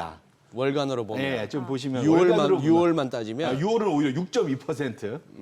예, 상당히 좀 많이 올랐죠. 예. 그래서 그런 측면에서 놓고 보면 이게 그러니까 소위 이제 그 확산 너무 이제 미국 뭐 그 일본 뭐 대만 이쪽으로 몰렸던 것이 좀 나머지로 확산되는 거 아니라는 이제 기대감을 갖게 하는 상황인 거고요. 그래서 대만은 그래도 여전히 좋았고. 예. 근데 다행히 일주일은 많이 빠졌어요. 이게 아. 남이 빠졌다고 좋아하면 안 되는데 저쪽에서 빠져야지 우리 자금으로 좀 들어올 테니까. 그렇죠. 예. 그리고 어쨌든 우리는 주간도 그렇고 한 달도 그렇고 좀 많이 올라서 그래도 이제 하반기에 대한 기대감을 갖고 6월을 끝냈다라는 측면에서는 그래야만 좀 다행이지 않을까 이렇게 생각합니다.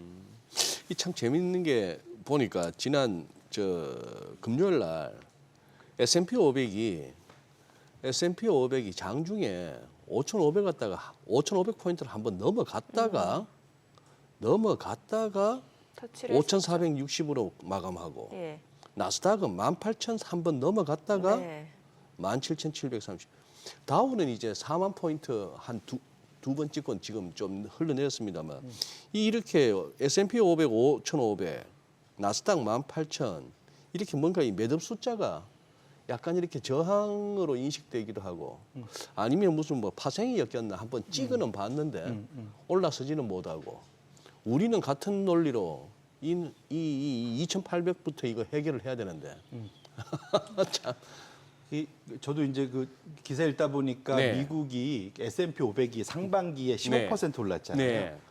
이게 미국의 120년 역사상 21번째랍니다. 별로 있지 않는 엄청 상위권인 거죠. 21번째니까. 네. 그러니까 사실은 상당히 이례적으로 좋았던 장이다. 상반기가 좋았고 또 선거가 있었던 해에는 원래 상반기는 좀 밋밋하다가 하반기에 네. 보통 올라가는 경향이었거든요. 네. 근데 이번에 상반기 엄청나게 지금 시장이 뽑아 올린 거지 않습니까? 네. 역으로 보면 물론 이제 좋기 때문에 앞으로도 좋을 수 있다. 과거에도 이렇게 상반기 오르면 하반기도 오른다는 게 평균적인 통계치가 말해주지만 역으로는 지금 우리가 지금 걱정들이 좀 많아졌잖아요. 이것저것. 네네.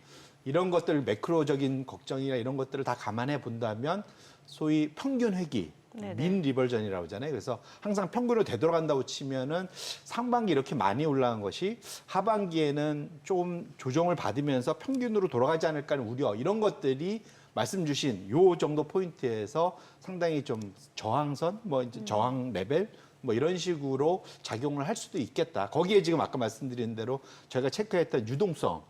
사실은 원래는 지금부터 유동성이 좀 늘어나면서 하반기에 대선을 쫙 앞두고 소위 말하는 돈을 막 펑펑 뿌리는 뭐 이런 걸 기대를 했는데 오히려 유동성이 아까 줄어드는 걸 보셨을 때 네. 만만치 않은 그러한 이제 시장 상황으로는 들어가는 것은 분명하다 이렇게 말씀드립니다. 네. 자, 지금 시각 8시 51분 향해 갑니다. 오늘 양시장 호가 상황 체크해 보겠습니다. 오늘 7월 첫 거래일 개장을 앞두고 있는 상황인데요. 코스피는 0.4% 하락이 예상되고요. 지금 예상 체결 지수는 2,786포인트, 코스닥은 강보합권 예상됩니다. 예상 체결 지수는 841포인트입니다. 시가총액 상위 종목 예상 체결가 보도록 하겠습니다. 오늘 삼성전자가 지금 호가에서 보합이 예상되고요. SK하이닉스가 2.7% 약세가 예상됩니다. 호가는 23만 원으로 집계되고 있고요. LG 에너지솔루션 보합 예상됩니다. 현대차가 1% 하락이 예상되고요. 예상 체결가 29만 2천 원, 삼성전자 우선주 보합 예상됩니다. 기아가 0.9% 하락 출발 예상되고요. 호가는 12만 8,100원, 삼성바이오로직스, 셀트리온 보합 예상되고요. KB금융 소폭 내림세가 예상됩니다. 포스코홀딩스도 약보합 출발 예상되고요. 지금 호가는 36만 2천 원으로 집계가 되고 있습니다. 오늘 지금 거래소 시가총액 상위 종목들은 삼성전자를 제외하고는 대부분이 좀 하락 출발 예상되고 있는 시장 분위기고요. 코스닥 시가총액 상위 종목 예상 체결가 보도록 하겠습니다. 코스닥 쪽에서는 에코프로비엠이 오늘 3% 지금 강세가 예상됩니다. 이미 상반기 마지막 거래일 2.8% 반등을 보여줬고요. 오늘 추가적으로 반등 흐름 좀 이어질 걸로 보여집니다. 호가는 18만 9천 원, 에코프로도 1.3% 상승 예상되고요. 예상 체결가는 9만 1,300원. 알테오젠이 1.9% 하락이 예상됩니다. 예상 체결가 27만 5천 원이고요. HLB, 엔캠 보합 예상되고 있고요. HPSP가 1.5% 하락이 예상됩니다. 호가는 38,550원, 리노공업 보합 예상되고요. 셀트리온제약은 약보합 출발 예상됩니다. 호가 88,600원, 삼천당제약 2.6% 상승 예상되고요. 호가는 15만 원, 클래시스는 보합이 예상되고 있습니다. 자, 이제 개장까지 한 7분여가량 남았는데요. 일단 뭐 지금 보니까 이제 뭐 하반기 들어서 좀 시장 분위기가 조금 바뀔 수도 있을 것 같다는 생각이 드는 게 그동안 시장을 주도했던 반도체 관련주들이 좀 쉬어갈 수도 있겠다는 생각이 드네요. 호가로만 놓고 봤을 때는. 호가로만 봤을 예. 때는 그러다가 또 이제 못 움직이던 2차 전지에 조금 가나요? 그럴 그러면? 수도 있고요. 예. 네. 그러면 반도체 쪽 그거 하려면은 우선 미국 쪽에서의 반도체부터 한번 송 대표님 어떻게 보시는지. 엔비디아가 일단 140불에서는 막혔고요.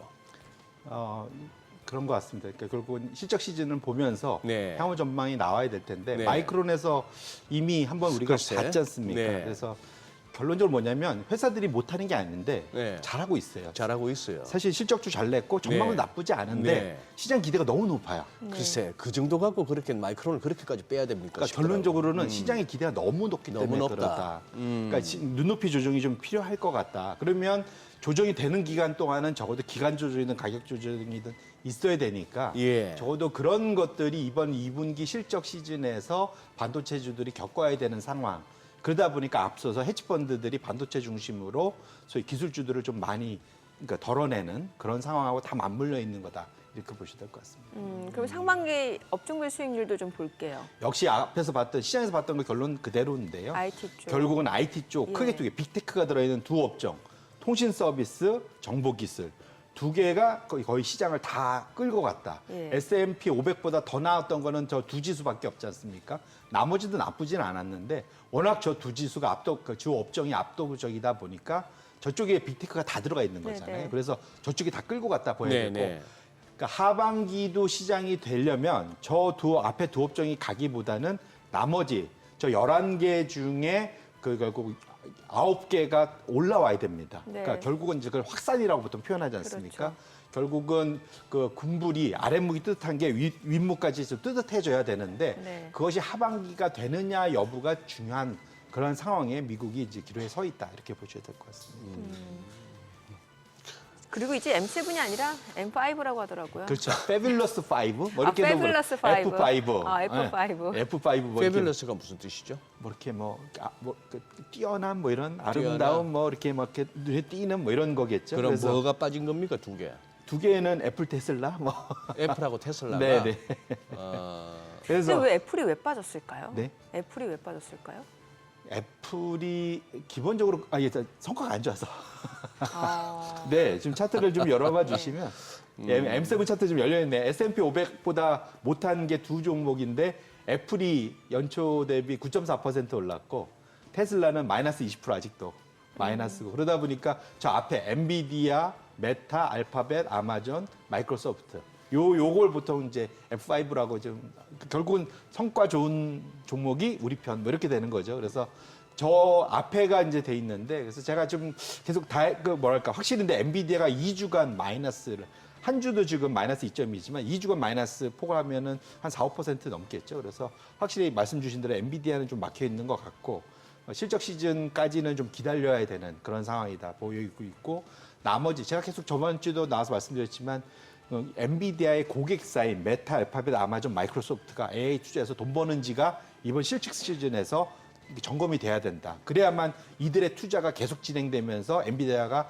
계속 돈을 벌 수 있기 때문에 그것이 다 연동돼 있어서 이번 실적 시즌에서의 우리가 보여야 될 관전 포인트는 수요처들이 그걸 가지고 돈을 제대로 벌고 있는지에 대한 질문들이 엄청나게 있을 거고 거기에 대한 대답이 마음에 들지 않으면 상당히 또 앞으로가 상당히 험난한 시장이 예고될 수 있겠다 이렇게 말씀드립니다. 그리고 최근에는 보면 저기 M7에서 빠진 애플하고 테슬라가 조금 흐름이 좀 이제 움직이는 모습이었잖아요. 꿈틀대기 시작했잖아요, 주가가. 그래서 애플은 이번에 사실 AI 전략이 좀 상당히 잘했다고 예. 생각을 해요. 왜냐면 예. 오픈 AI하고 손잡으면서 돈도 안 주고. 아, 그렇죠. 예. 지금 메타하고 얘기하다가 메타는 애플이 발로 찼어요. 네. 개인정보 관리 제대로 해갖고 와. 뭐 이러고 발로 찼습니다. 구글하고 아직 얘기하고 있고. 네. 근데 지금 분위기상 보면 오픈 AI가 제일 잘 나가는데 오픈 AI하고도 돈을 서로 주고받지 않고 했으니까 나머지도 내가 그냥 열어줄 테니까 공짜로 들어와. 뭐 이렇게 될 거지 않습니까? 그렇죠. 서로 돈을 주고받지 않는.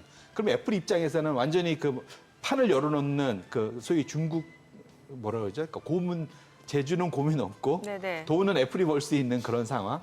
그렇죠. 네, 그런 아이폰을 쓰면 이제 챗 GPT를 더 쉽게 쓸 수 있다라는. 뭐 그렇죠. 예. 그러다 보니까 왜냐하면 우리나라는 안 그렇지만 미국은 스마트폰 시장의 MS가 60% 이상이 아이폰이지 않습니까? 네네. 북미는 다 그렇거든요. 그래서 그런 측면에서 보면 애플이 확실히 좀 그런 측면 AI 전략은 그런 측면에서 지금 돈 크게 안 들이면서 이런 하는 영리한 전략을 좀 하고 있다 이렇게 보고 있고 테슬라는 최근에 8% 오른 건 워낙 많이 빠졌기 때문에 하나 있고 사실 앨런 머스크가 떠날 수도 있었잖아요. 지금 예. 보너스 안 주면은 나 떠날 거야 뭐 이거였지 않습니까? 아, 진짜 그랬을까요? 분위기는 그랬습니다. 네, 요즘 완전 분위기. 딴 데 정신 팔린 것 같은데. 예. 그래서 그나마 이번에 어쨌든 이번에 주총에서 승리하면서 보너스를 받을 수 있을 것 같잖아요. 그러다 예. 보니까 그러면서 저 오른 건데 머스크가 다 끌고 가는 회사니까 아직은 실적 시즌 앞두고 있고 여전히 MS는 줄어들고 있고 펀더멘탈은 지금 테슬라가 좋아지는 게 별로 없거든요. 그렇게 놓고 보면 저 상승폭이 지속될 수 있을지 여부는 좀 더 지켜봐야 되겠다 이렇게 말씀드립니다. 그리고 뭐 애플 아이폰은 소장님도 그 오픈 AI 챗 GPT 쓸 수 있으면 바꾸신다고 아, 했어요. 그쵸. 예, 지금 원래 갤럭시 유저신데 네. 바꾸신다고 하셨어요. 그러니까 한번 네. 해보려고요. 네. 지금 또 뭐 사실 화면에도 나왔지만 무슨 이렇게 AI가 만들어내는 그래픽들이나 그림 뭐 이런 것들이 보면은 제 취향에는 안 맞아요, 솔직히. 아, 예, 예. 너무 빤해요. 네네. 너무 빤하고 이 사람의 어떤 뭐랄까 창의력이나 이런 거에 비해서는 저거는 AI가 만든 그림이네가 너무 뻔하고 색깔이나 이런 것들이 뻔해서 저것도 빨리 좀 해야 되겠습니다만 하도 뭐 챗 GPT 그러고 하니까 한번 해보려고 하는데 그게 정말 별로 이게 어려워요. 이거 익숙한 사람은 예. 저거 어려워요. 아이폰이요? 아이폰 어려워. 근데 아이폰이 익숙해지면 혹시 훨씬 유저 인터페이스 측면에서는 좋다는 생각은 들어요. 네, 오늘 일단 국내 증시 흐름 확인해 보도록 하겠습니다. 국내 증시 개장합니다.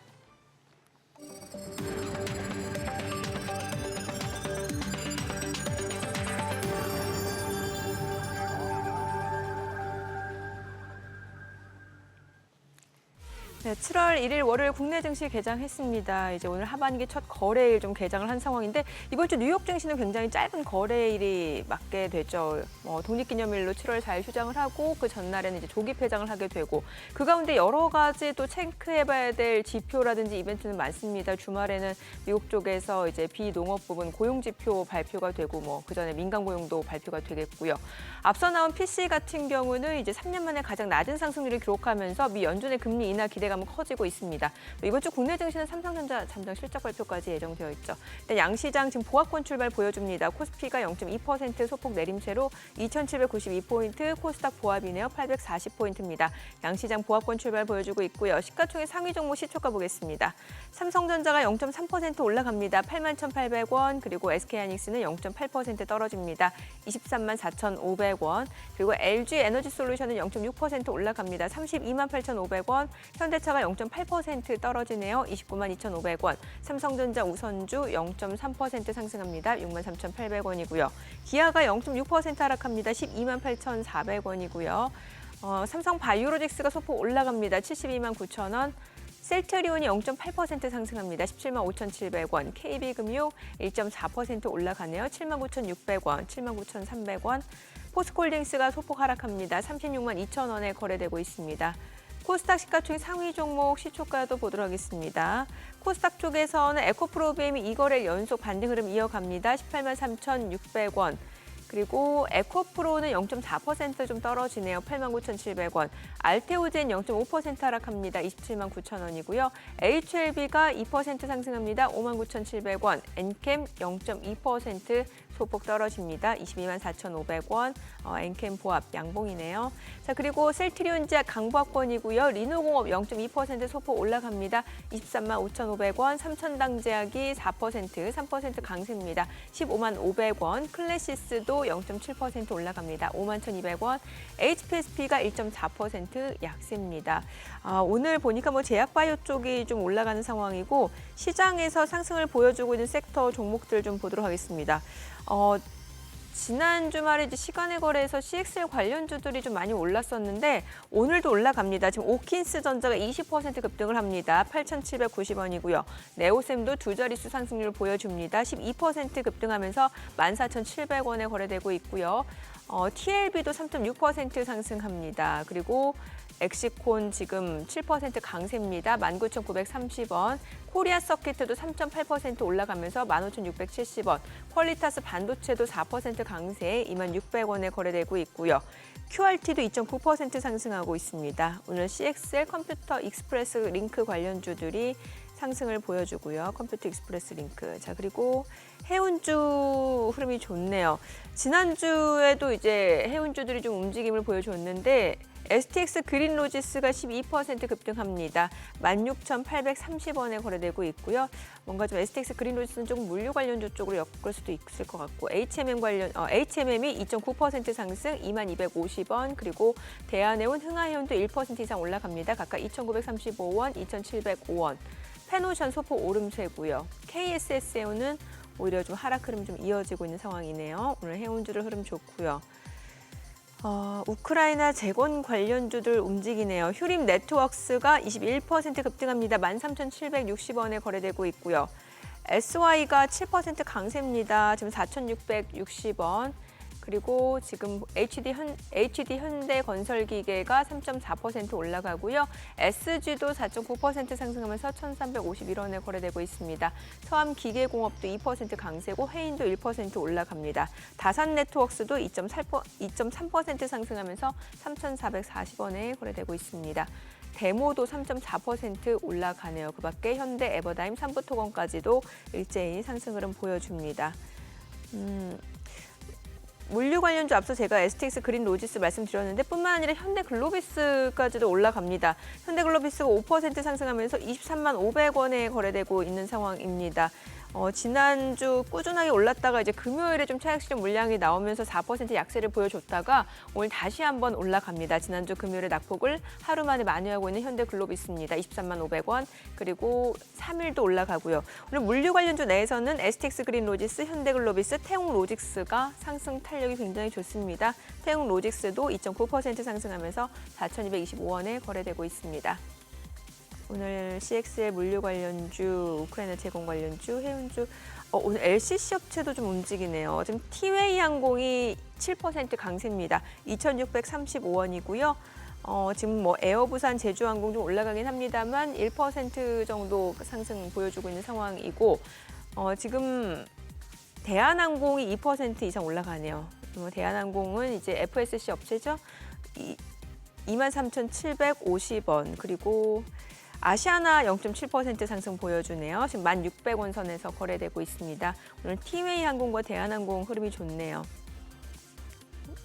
그리고 오늘 보게 되면은 로봇주들이 좀 올라갑니다. 휴림 로봇이 5% 강세입니다. 2,310원. 앞서서 휴림 네트워크스 같은 경우는 이제 뭐 로봇주뿐만 아니라 우크라이나 제공 관련주 쪽으로도 엮여 있는데 휴림 네트워크스도 좀 상한가네요. 그리고 DRC가 5% 강세, 6,130원이고요. 유진 로봇도 15% 급등합니다. 지금 8,210원. SPG도 0.4% 상승 중이고 해성 에어로보틱스가 4% 강세입니다. 1,140원에 거래되고 있고요. 지금 휴림도 보시면 될 것 같고 에브리봇 1.8% 상승합니다. 지금 22,200원 선에서 거래되고 있습니다. 오늘 로봇주들이 좀 움직임을 보여주고 있네요. 출산 장려 정책 관련주들 다시 움직이네요. 꿈비가 5.7% 상승합니다. 9,160원이고요. 캐리소프트가 4.7% 상승 4,045원. 제로투세븐도 3.7% 올라가고 있는 상황이고요. 아가바 컴퍼니도 3% 상승으로 4,795원에 거래되고 있습니다. 네오팜도 1.5% 상승 중이고요. 깨끗한 나라 3% 상승 2,675원에 거래되고 있습니다. 모나리자도 1.2% 상승 보여줍니다. 오늘 출산 장려 정책 관련주들도 움직임을 보여주고 있습니다. 화장품도 다시 움직이네요. 한국 화장품 제조가 13% 급등합니다. 65,600원. 한국 화장품도 5.6% 상승 9,290원. 그리고 아이패밀리 SC도 5% 강세로 36,700원에 거래되고 있고요. 클리오피아도 상승 보여주고 있고 실리콘투도 1% 이상 올라갑니다. 47,550원. 에이블 CNC도 상승 중이고 마녀공장 토니몰이 다 올라갑니다.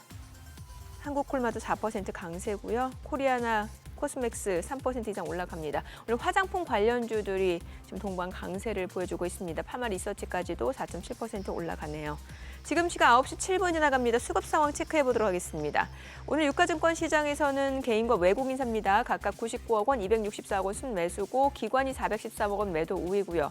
코스닥에서는 개인 투자자 홀로 순매수입니다. 169억 원 순매수, 외국인은 132억 원 매도 우위, 기관 1억 원 순매도입니다.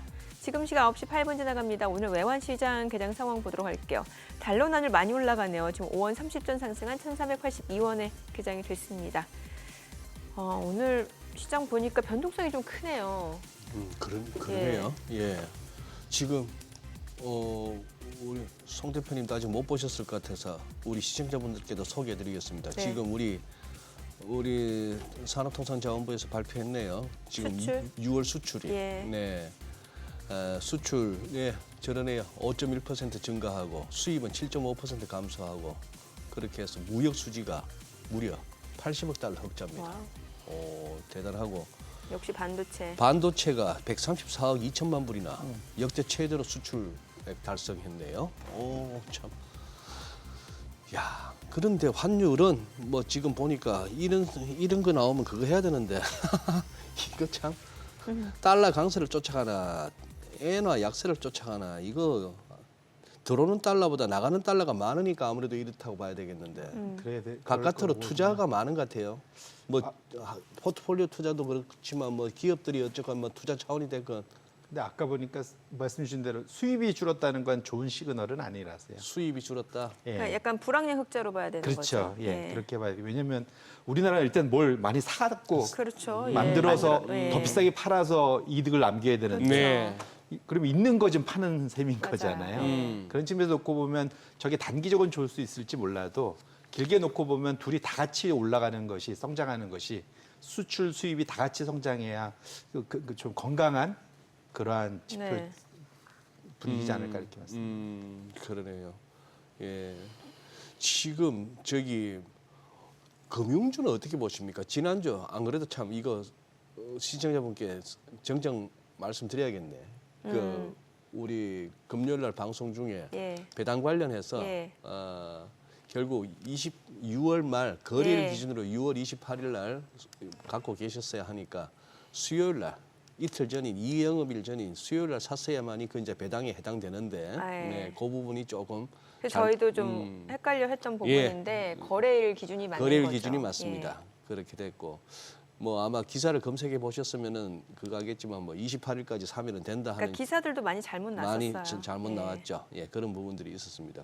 지금 요 금융주 부분이 지난주에 좀 이렇게 훌쩍 뛰고 특히 외국인들이 많이 사던데 혹시나 무슨 뭐 짚히시는 게 있습니까? 갑자기 그쪽으로 달라드는 이유가. 뭐 상반기에 네. 국내 외국인들이 들어왔던 것들이 결국은 그러니까 밸류업스러운 뭐 그쪽이지 않을까 저는 생각하거든요. 그러면 하반기에도 그 밸류 프로그램의 어떤 뭔가가 알맹이가 나올 것인가 하는 부분은 계속 기대할 수 있나요? 정확한 거는 그러니까 정부가 강제하는 거는 그렇게 세지는 않지 않습니까? 그렇죠. 우리나라가. 그래서 네. 거기에 대한 기대는 없지만 외국인들 입장에서 한국에 들어오면 뭘 사는지가 뻔한데 뻔한데. 제가 밸류업스럽다고 말씀드린 게 뭐냐면 예. 업황이 좋거나 아니면 주주 환원을 스스로 잘해주거나 아하. 이게 이제 자동차나 은행들이 대표적으로 음. 그런 걸 잘하던 기업들이지 않습니까? 원래 잘하던 기업들. 예.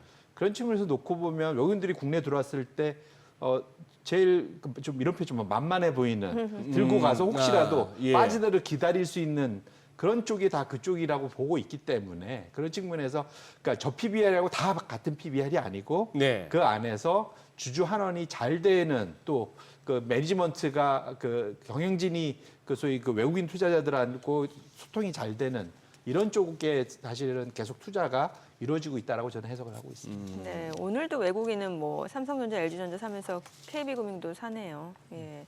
그 미국 경기 좀 여쭤볼게요. 이번 주에 뭐 사실 이제 고용 지표도 나오게 되고 최근에 나온 소비 지표나 소매 판매 지표만 놓고 봤을 때는 워낙 미국 같은 경우는 소비가 GDP의 3분의 1을 차지하니까 굉장히 중요한데 좀 경기가 냉각되고 둔화되는 거 아니냐라는 해석도 충분히 가능하잖아요. 예, 앞서서 보니까 나이키가 주가가 한 20%까지 네. 많이 부러졌고 예. 맥도날드 주가가 최근에 보셨는지 모르지만 맥도날드 주가가 맥도날드 표시처럼 됐습니다. 예, 맥도날드 표시처럼. 네, M자, 거꾸로. 아. M자 이렇게 예. 이렇게 투자 입장이면 속 터지죠. 올라가는 줄 알았더니 그대로 빠지고 있어서 그런 식으로 지금 미국의 대표적인 소비주들이 좀 주가가 좀 부러지고 있어서 걱정이 한데요. 그래서 제가 갖고 왔던 게 JP모건에서 이게 그 미국의 경기 침체를 예측하는 모델 기반들이 다양한데 모형이 한 3가지로 있어서 서로 완전히 다른 얘기를 하고 있다.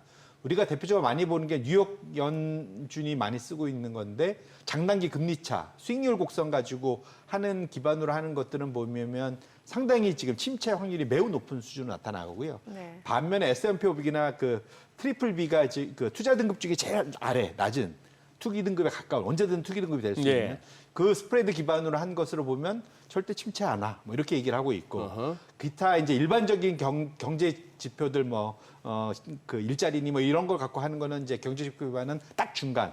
올 수도 있고 안 올 수도 있어. 뭐 이 정도거든요. 이제 이것이 말하고 싶은 거는 뭐가 맞다고 제가 말씀드리고 싶은 게 아니라 적어도 시장의 압력은 확실히 좀 들어가고 있다. 시장이 연준에 대해서 금리 좀 빨리 인하해줘. 왜냐하면 혹시 그러다가 침체 오면 너희가 책임질 거야? 먼저 이런 식으로 얘기를 하고 있기 때문에 그래서 제가 이제 이 장표를 가져와 본 거고 적어도 그래서 연준 입장에서는 이제 금리 인하를 해야 되는데 통상 이게 침체를 앞두고 인해봐야 일단 한번 박살 난 다음에 가야 되기 때문에 상당히 고생인데 미리 보험성이라 표현하죠. 네네. 미리 인하를 해주기를 바라는 거. 그래서 최근에 들어서 그런 목소들이 많이 나오는 이유가 말씀 주신 대로 소비가 둔화되고 있고 일부 경제 그 예측 모델에서는 확실히 침체를 계속적으로 우려하는 그런 데이터 포인트들이 나오기 때문에 확실히 연준이 고민에 분명히 있는 것만은 분명한 것 같다. 그런 측면에서 보면 뭐가 확실하지 않기 때문에 우리는 시나리오별로 대응 그런 그 딱 모드를 챙기고 있는 전략을 갖고 있어야 된다 이렇게 말씀을 시나리오별로. 드립니다. 제가 연준 인사라면은 특히 뭐 파월 같은 입장이라면은 그리고 연준이 뭐 같은 이익 집단이라고 본다면은 뭐 연준의 독립성 얘기합니다만 그거는 뭐 흔히 하는 얘기고 전 지금 안 할 것 같아요. 트럼프 전 대통령이 지금 이 분위기로 예를 들어서 되면은 선물 삼아 줘야 될 것 같고 또 되자마자 딱따를 할 거고 그때 쓸 수 있는 카드로 해놓고 지금 요 애매한 상황에서 했다가 무슨 또 정치적인 어떤 오해를 받거나 무슨 뭐 그거 하느니. 예. 그러니 아까 말씀하신 게 금리 인하를 하게 됐을 때 그 성격이 뭐냐 하는 그 부분이잖아요. 맞습니다. 예. 그래. 그 부분에서 그러면 지금 좀 해주실 말씀이 있습니까? 그래서 이제 우리가 그러니까 그냥 금리 인하면 무조건 다 좋다라고 시장에서 네. 금리 인하해줘 하고 일절 보면 연준 앞에 와서 맨날 징징거리는 건데 이게 성격에 따라서 우리가 대응이 완전히 달라진다. 네. 그러니까 연준도 그걸 자기 마음대로 할 수 있는 건 아니다 말씀을 네. 드리는 거고 금리 인하를 크게 두 가지로 나눌 수 있을 것 같습니다. 이제 제가 침체전 인하, 보험성 인하인데 예. 결국은 침체 때문에 어쩔 수 없이 인하하는 거. 그다음에 미리 연착륙을 잘 유도하기 위해서 보험성으로 인하하는 거. 두 가지에 따라서 극명하게 이 자산군별로 성과가 1980년대 이후로 엄청나게 달랐다라는 말씀드리고 네. 싶은데 확실히 두 인하, 그러니까 소위 그 이유가 서로 달라도 무조건 좋았던 자산군은 채권이다. 예. 채권은 두 가지 모두에서 좋았다. 국채, 아. 투자 등급 회자채 다 예, 금리가 예, 내려가다 보니까 예. 무조건 채권은 좋다. 그게 첫 번째인데 주식은 그때 달라요. 아하. 완전 상반된 결과가 나온다. 이걸 좀 머릿속에 염두에 두실 필요가 있는데 이게 보험성이 나면 미국 주식이든 전 세계 주식이든 다 괜찮은 네네. 좋은 성과를 내는데 왜냐하면 앞으로 경기가 계속 지속적으로 좋을 거기 때문에 하지만 침체가 와서 어쩔 수 없이 인하를 하는 침체 직전에 하는 인하는 시장이 박살이 나더라. 이게 보시면 차트가 보시면은 이게 올라가는 것보다 떨어지는 게 더 확실하잖아요. 왜냐하면 침체가 몇 번 안 왔는데 침체 왔을 때 인하면 항상 저런 식으로 심하게 차이나기 때문에 결론적으로는 금리 인하가 이번에 만약에 온다 했을 때 금리 인하가 오면 무조건 좋냐? 그건 아닐 수 있다는 걸 좀 말씀드리고 싶은 게 이제 이걸 갖고 온 거고요. 이렇게 됐을 때 이후로 우리가 봐야 될 게 이제 업종별로도 어떤 반응이 오느냐도 같이 볼 수 있을 것 같습니다. 간단하게 볼까요? 예, 결론적으로는 이게 보험성 인하가 오면은 제일 좋은 거는 금리가 떨어지잖아요. 예. 채권이 좋았듯이 부동산이 제일 좋습니다. 아하, 예. 그다음에 이제 경기 소비재, 기술 뭐 이런 쪽 당연히 그러니까 경기가 좋은 예. 상태에서 이게 유지되기 때문에 저렇다 보시면 좋을 것 같고요. 반면에 침체 때문에 떨어진다. 그러면 다음 차트인데 정반대로 갑니다. 아까 이렇게 좋았던 건 다 제일 많이 박살나고요. 부동산이 제일 많이 빠지잖아요. 그나마 버티는 건 필수 소비재, 유틸리티, 건강이 버티고 나머지는 안 좋은데 아까 말씀드린 대로 경기가 좋을 때 올라갔던 것들이 경기가 안 좋을 때 박살날 때는 확실히 정반대의 그러한 업종들이 좋다는 걸 명심해 두실 필요가 있고 그래서 지금 금리 인하 자체 그 단어에 매몰되지 마시고 이것이 어떤 성격으로 일어나는지를 꼭 염두하면서 포트폴리오를 대응할 그런 이제 포트폴리오 잘 예. 구축할 필요가 있겠다 이렇게 말씀드립니다. 네. 오늘 내용 잘 들었습니다. 고맙습니다. 네, 고맙습니다. 네, 오늘 들으신 내용과 관련해서 더 다양한 정보 원하시는 분들은 카카오톡 채널에서 크존 검색하시거나 재테크존 앱 다운로드 받으시면 다양한 정보 확인해 보실 수 있으니까요. 참고해 보시기 바랍니다. 최근 외국인 또 어떤 리포트 관심 있게 보는지 확인해 보겠습니다.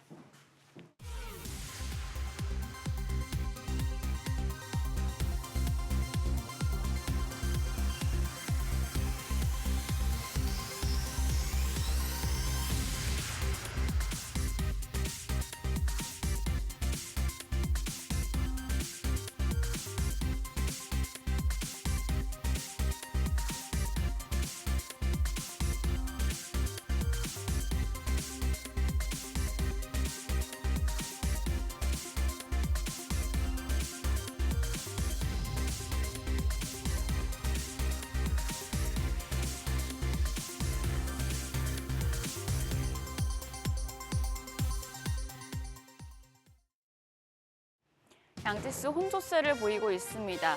미국과 유럽의 정치 불안이 엄습한 가운데 시장은 방향성을 탐색하는 분위기입니다. 코스피는 0.12% 약세로 2,794선, 2,800선 아래에서 지금 방향성을 찾고 있는 분위기고요.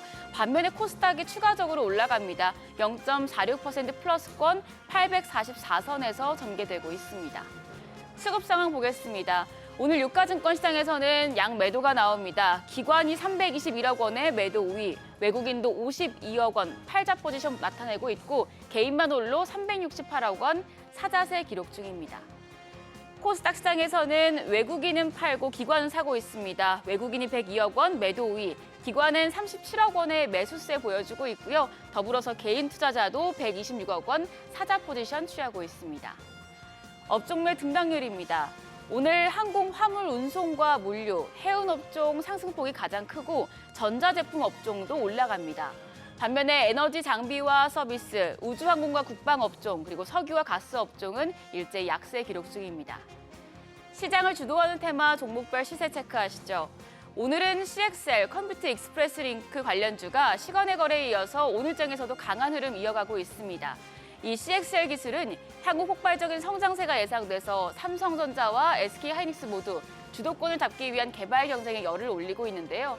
이런 가운데 퀄리타스 반도체가 세계 정상급 기술을 최초 개발해 CXL 시장 선점 기대감이 커지면서 관련주 전반이 상승 탄력을 받고 있습니다.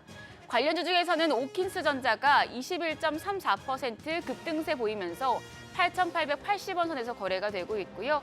네오셈도 15.68% 올라갑니다. 15,110원. 엑시콘 14.8% 시세 내고 있습니다. 21,250원에 거래되고 있고 퀄리타스 반도체가 6.37% 플러스권으로 21,050원. 여기에 TLB도 6.36% 올라갑니다. 25,050원 선에서 전개되고 있습니다. 해운주도 상승세 기록 중인데 장 초반 대비해서는 일부 종목들이 상승폭을 많이 반납하면서 하락 전환된 상황입니다. 지금 상하이 컨테이너 운임지수가 12주 연속 상승하면서 3,700선을 넘어서는데 업황이 좋아지고 있습니다. 지난해 1,000선에 머물렀던 것과 비교하면 3배 넘게 상승한 수준인데요. 이 소식의 관련주 중에서 STX 그린로직스는 12.47% 시세를 내고 있습니다. 현재 16,760원에 거래가 되고 있고 HMM도 1.83% 올라갑니다. 19,990원. 반면에 흥하해운과 대한해운, 펜오션은 약세로 지금 하락 전환된 상태인데요. 대한해운이 1.5% 마이너스, 그리고 펜오션도 0.58% 약세 흐름 보여주고 있습니다. 우크라이나 재건 관련주가 오늘 좋습니다. 블라디미르 젤란스키 우크라이나 대통령이 러시아와의 전쟁을 끝내기 위한 종합계획을 연내 마련하겠다고 밝히자 관련주가 주목받고 있는데요. 특히 관련주 중에서 휴림 네트워크스가 상한가 경신했습니다. 14,660원. SY도 6.94% 상승하면서 4,625원 선 전개되고 있고요. SG가 4.35% 플러스권으로 1,342원. HD 현대건설기계도 3% 넘게 올라갑니다. 56,800원에 거래되고 있습니다. 여기에 더해서 데모도 2.6% 플러스권입니다. 마지막으로 출산 장려 정책, 저출산 관련주가 부각되고 있습니다.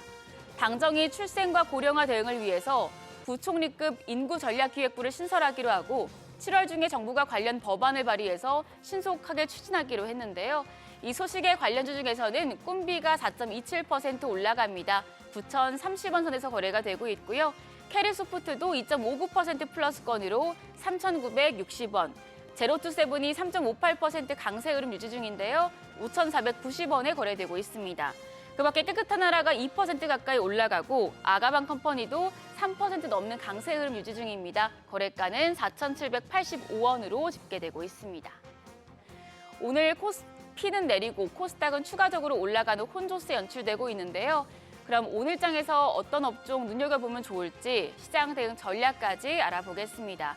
오늘은 크라우드에스의 노훈민 전문가 나오셨습니다. 어서 오세요. 반갑습니다. 네, 이제 주말 사이에 이스라엘과 헤즈볼라의 전면전이 임박했다는 관측이 나오면서 중동 정세가 일촉즉발의 상황으로 치닫고 있습니다. 그래서 방상주 향방에 관심이 쏠리고 있는데 지금 어떤 상황인 건가요? 네, 이제 이스라엘과 이제 헤즈볼라가 이제 전면전이 카운트다운에 들어간 모양새입니다. 이제 이스라엘 방위군도 이제 6월 26일에 레바논의 남부 도시를 폭격하면서 이제 살얼음판을 걷는 이제 긴장감 속에 이제 사소한 충돌이 전면전으로 비화될 가능성이 있어 보입니다. 물론 이게 당장의 전면전으로 치닫는 부분은 아니지만 그럼에도 현재 이스라엘을 비롯한 이제 중동의 지정학적 위기감과 최근 러시아와 북한의 이제 밀접한 관계 속에서 우크라이나 전이 장기화되는 등 계속적으로 진행되고 있기 때문에 세계 각국에서는 점진적으로 군비가 올라가고 있는 상황이라고 볼 수 있습니다. 따라서 이제 그런 부분에서 우리나라의 높은 방산 기술과 무기가 세계 각국의 구애를 받는 상황에서 앞으로 우리나라의 방산 관련주의 향방이 긍정적일 것으로 전망하고 있습니다. 최근에 또 올해 들어서 K방산은 동유럽과 중동에서 잇따라 수주에 성공하면서 또 성장세를 보여주기도 했는데 그럼 전문가님께서는 방산주 중에서도 어떤 종목 눈여겨보시나요? 일단 제가 가지고 온 종목은 이제 하나 에어로스페이스와 이제 LIG 넥스원입니다. 이제 청군과 이제 K9 자주포 등의 이제 최근 연이어 수출 계획을 성사하면서 두 회사의 주가 역시도 이제 상승세를 보이고 있습니다. 이제 조금 더 자세하게 말씀드리면은 하나 에어로스페이스는 방산뿐만이 아니라 이제 항공, 우주, 방산, IT, 우주 관련 사업을 영위하고 있습니다. 이제 2022년 이후로 이제 수주 잔고가 연이어 높아지고 있는 상황이기 때문에 이제 회사의 매출과 영업이익이 점진적으로 증가할 것으로 예상되고 있고 K9과 천무의 이제 폴란드 계약에 이어서 이제 루마니아 계약까지 성사하면서 추가적으로 노르웨이까지 이제 관심을 보이고 있기 때문에 앞으로 수출 계약 성사가 주가의 이제 상승으로 이어질 것으로 전망하고 있습니다. LIG 넥선 같은 경우에는 이제 사우디와 UAE에 천궁을 수출함으로써 앞으로 수출 잔고가 긍정적이고 사우디 수출 이후로 이제 루마니아, 미국, 말레이시아, 이라크 등 해외 수주 확대가 이제 기대감이 이어지고 있기 때문에 올해의 실적이 작년에 이어서 계속적으로 좋아질 것으로 전망하고 있습니다. 최근 이제 중동의 지정학적 위기뿐만이 아니라 해당 관련주에 관심이 이어질 것으로 판단하고 있고 최근 이제 트럼프와 바이든의 이런 토론 자리든 이스라엘과 우크라이나의 이제 열띤 토론에 이어서도 계속적으로 이런 관심사가 이어지고 있기 때문에 앞으로 주가의 상승이 이어질 것으로 전망하고 있습니다. 네. 그리고 이제 이번 주 그리고 이번 달 첫 거래일인데 마지막으로 투자자분들을 위해서 오늘장 대응 전략까지 세워주시죠. 지난주 금요일 날 PCE 지표가 긍정적으로 나왔음에도 불구하고 엔비디아와 테슬라가 연이어 조정을 받음에 따라서 우리나라 역시도 아마 조정을 이어가지 않을까라고 생각을 하고 있습니다. 아마 이 부분은 금리 인하에 대한 시기에 대한 불안감이 지금 이제 지수에 대한 영향을 미친다라고 판단을 하고 있고 금리 인하의 시기가 명확하게 얘기가 나올 것으로 예상되고 있는 FOMC 회의록이 수요일 날 발표가 예정되어 있는데 그때까지 이어지지 않을까라고 전망하고 있습니다. 하지만 7월 첫째 주 금요일 날 삼성전자의 잠정 실적이 발표할 것으로 예정되고 있기 때문에 아마 그 부분이 안정적으로 보완된다고 발표된다면 다시 지수가 반등할 수 있는 모멘텀이 생기지 않을까 이렇게 전망하고 있습니다. 네, 알겠습니다. 오늘 말씀 고맙습니다. 지금까지 업종과 대응 전략 알아봤습니다.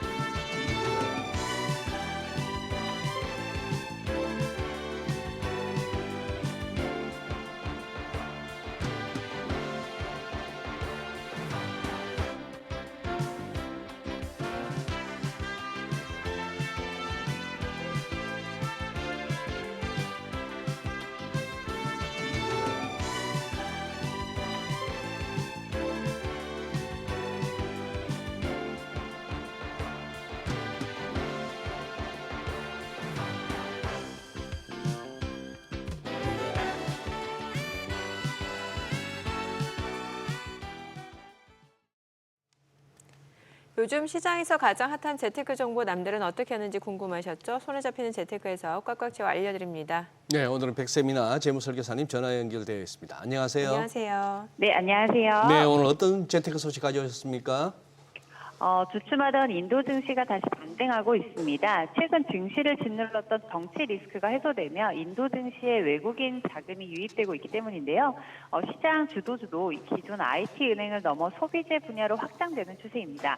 오늘은 인도 증시에 대해 짚어드리도록 하겠습니다. 네, 뭐 최근에 총선을 전후로 이제 주춤하던 인도 증시가 반등에 성공하면서 상승세에 대한 기대를 키우고 있는데 이제 인도 양대 벤치마크 지수 센섹스 니프티 지난주 최고치 경신했죠. 네, 그렇습니다. 센섹스 지수는 지난 28일 79,032.73으로 장을 마감하면서 최근 한 달간 약 6% 상승을 기록했고 니프티 50 지수도 24,010.60으로 장을 마감하면서 동일한 상승을 기록했습니다. 인도 주식시장 시가총액은 이달 중순 5조 달러를 돌파하며 시총 기준 글로벌 5위에 등극했는데요. 인도 내 정치적 불확실성이 사라지면서 투자 심리에 긍정적인 영향을 끼치며 증시가 반등한 것으로 분석됩니다. 네. 야, 저도 지금 계속해서 살펴보고 있습니다만 꺾일 듯 하면서도 계속 올라가는 해요. 인도 증시 대단합니다. 국내 투자자들의 관심도 인도로 쏠리고 있는 것 같은데 지난 3개월간 인도 펀드에 몰린 돈이 3천억 원이 넘는다고요? 네, 그렇습니다. 지난 3개월간 인도 펀드에 몰린 금액은 3,200억 원에 달하는데요. 모디 총리의 3년임 성공으로 정치가 안정된 점과 소비재 업황의 고속 성장, 탄탄한 내수 시장 등이 투자자들의 투자 심리를 불러일으키고 있다고 분석됩니다. 인도 펀드의 3개월 수익률은 13.89%로 미국 11.23%와 중국 4.15%보다 높았습니다. 이처럼 인도 펀드의 강세로 일본과 중국 펀드에서는 순유출 현상이 일어나면서 투자자들이 돈을 빼서 인도에 투자하고 있습니다. 국내 자산 운용사들이 내놓은 인도 관련 ETF들도 인기인데요. 현재 국내에 상장된 인도 관련 ETF는 총 7개입니다. 국내 ETF들의 수익률도 잘 나오고 있는데요. 연초 이후 수익률의 경우 코덱스 인도 니프티 50 레버리지는 24.62%, 타이거 인도 니프티 50 레버리지는 31.49%로 높은 수익률을 기록했고 코덱스, 타이거, 코세프의 인도 니프티 50 모두 수익률 15%를 기록했습니다. 네, 이제 관건은 하반기 랠리 지속 여부일 것 같은데 시장에서는 이번 달 셋째 주에 발표 예정인 정부 확정 예산안을 주목하고 있죠. 네, 그렇습니다. 모디 정부 3기 첫 해에 추진할 정책들의 방향성을 처음으로 확인할 수 있는 지표이기에 근본 예산안은 중요한데요. 인도 중앙은행이 그동안 부진했던 농촌 소비의 증가와 인플레이션 완화에 힘입어 7.2%의 경제 성장을 예상하는 만큼 정부는 경제 고성장 모멘텀을 유지하기 위해 소비 촉진과 관련된 정책을 개진할 가능성이 높을 것으로 보여집니다. 네. 자, 이제 그간 인도 정치가 좋은 흐름을 유지해 왔고 밸류에이션도 상당히 이제 높아져서 고평가 우려도 계속 나오고 있는 상황입니다. 마지막으로 하반기 인도 증시 관전 포인트도 한번 짚어 주시죠. 네, 우선 수급 측면에서 외국인 투자자들의 순매수 기조가 계속 유지되는지 지켜봐야 합니다. 다음으로는 제조업 경기인데요. 경기 고성장이 유지되기 위해서는 지속적인 제조업 발전이 필수적인데 최근 인도의 제조업 PMI는 50 이상 확장 국면이긴 하나 2달 연속 하락 추세에 있습니다. 이내 신규 수출 주문이 꾸준히 증가했음에도 폭염이 야기한 노동시간 단축에 따른 생산 감소가 영향을 미친 것으로 추정되는데요. 폭염이 진정된 후 하반기에 제조업 PMI가 상승하는지 확인해보면 좋을 듯합니다. 네, 내용 잘 들었습니다. 고맙습니다. 네, 감사합니다. 전국 아파트값이 반년 만에 상승한 가운데 부동산 시장이 다시 꿈틀대는 분위기입니다. 경매 시장에서도 최근 금매가보다 낙찰가가 더 높은 경우가 나타나면서 경쟁이 치열해지는 모습인데요.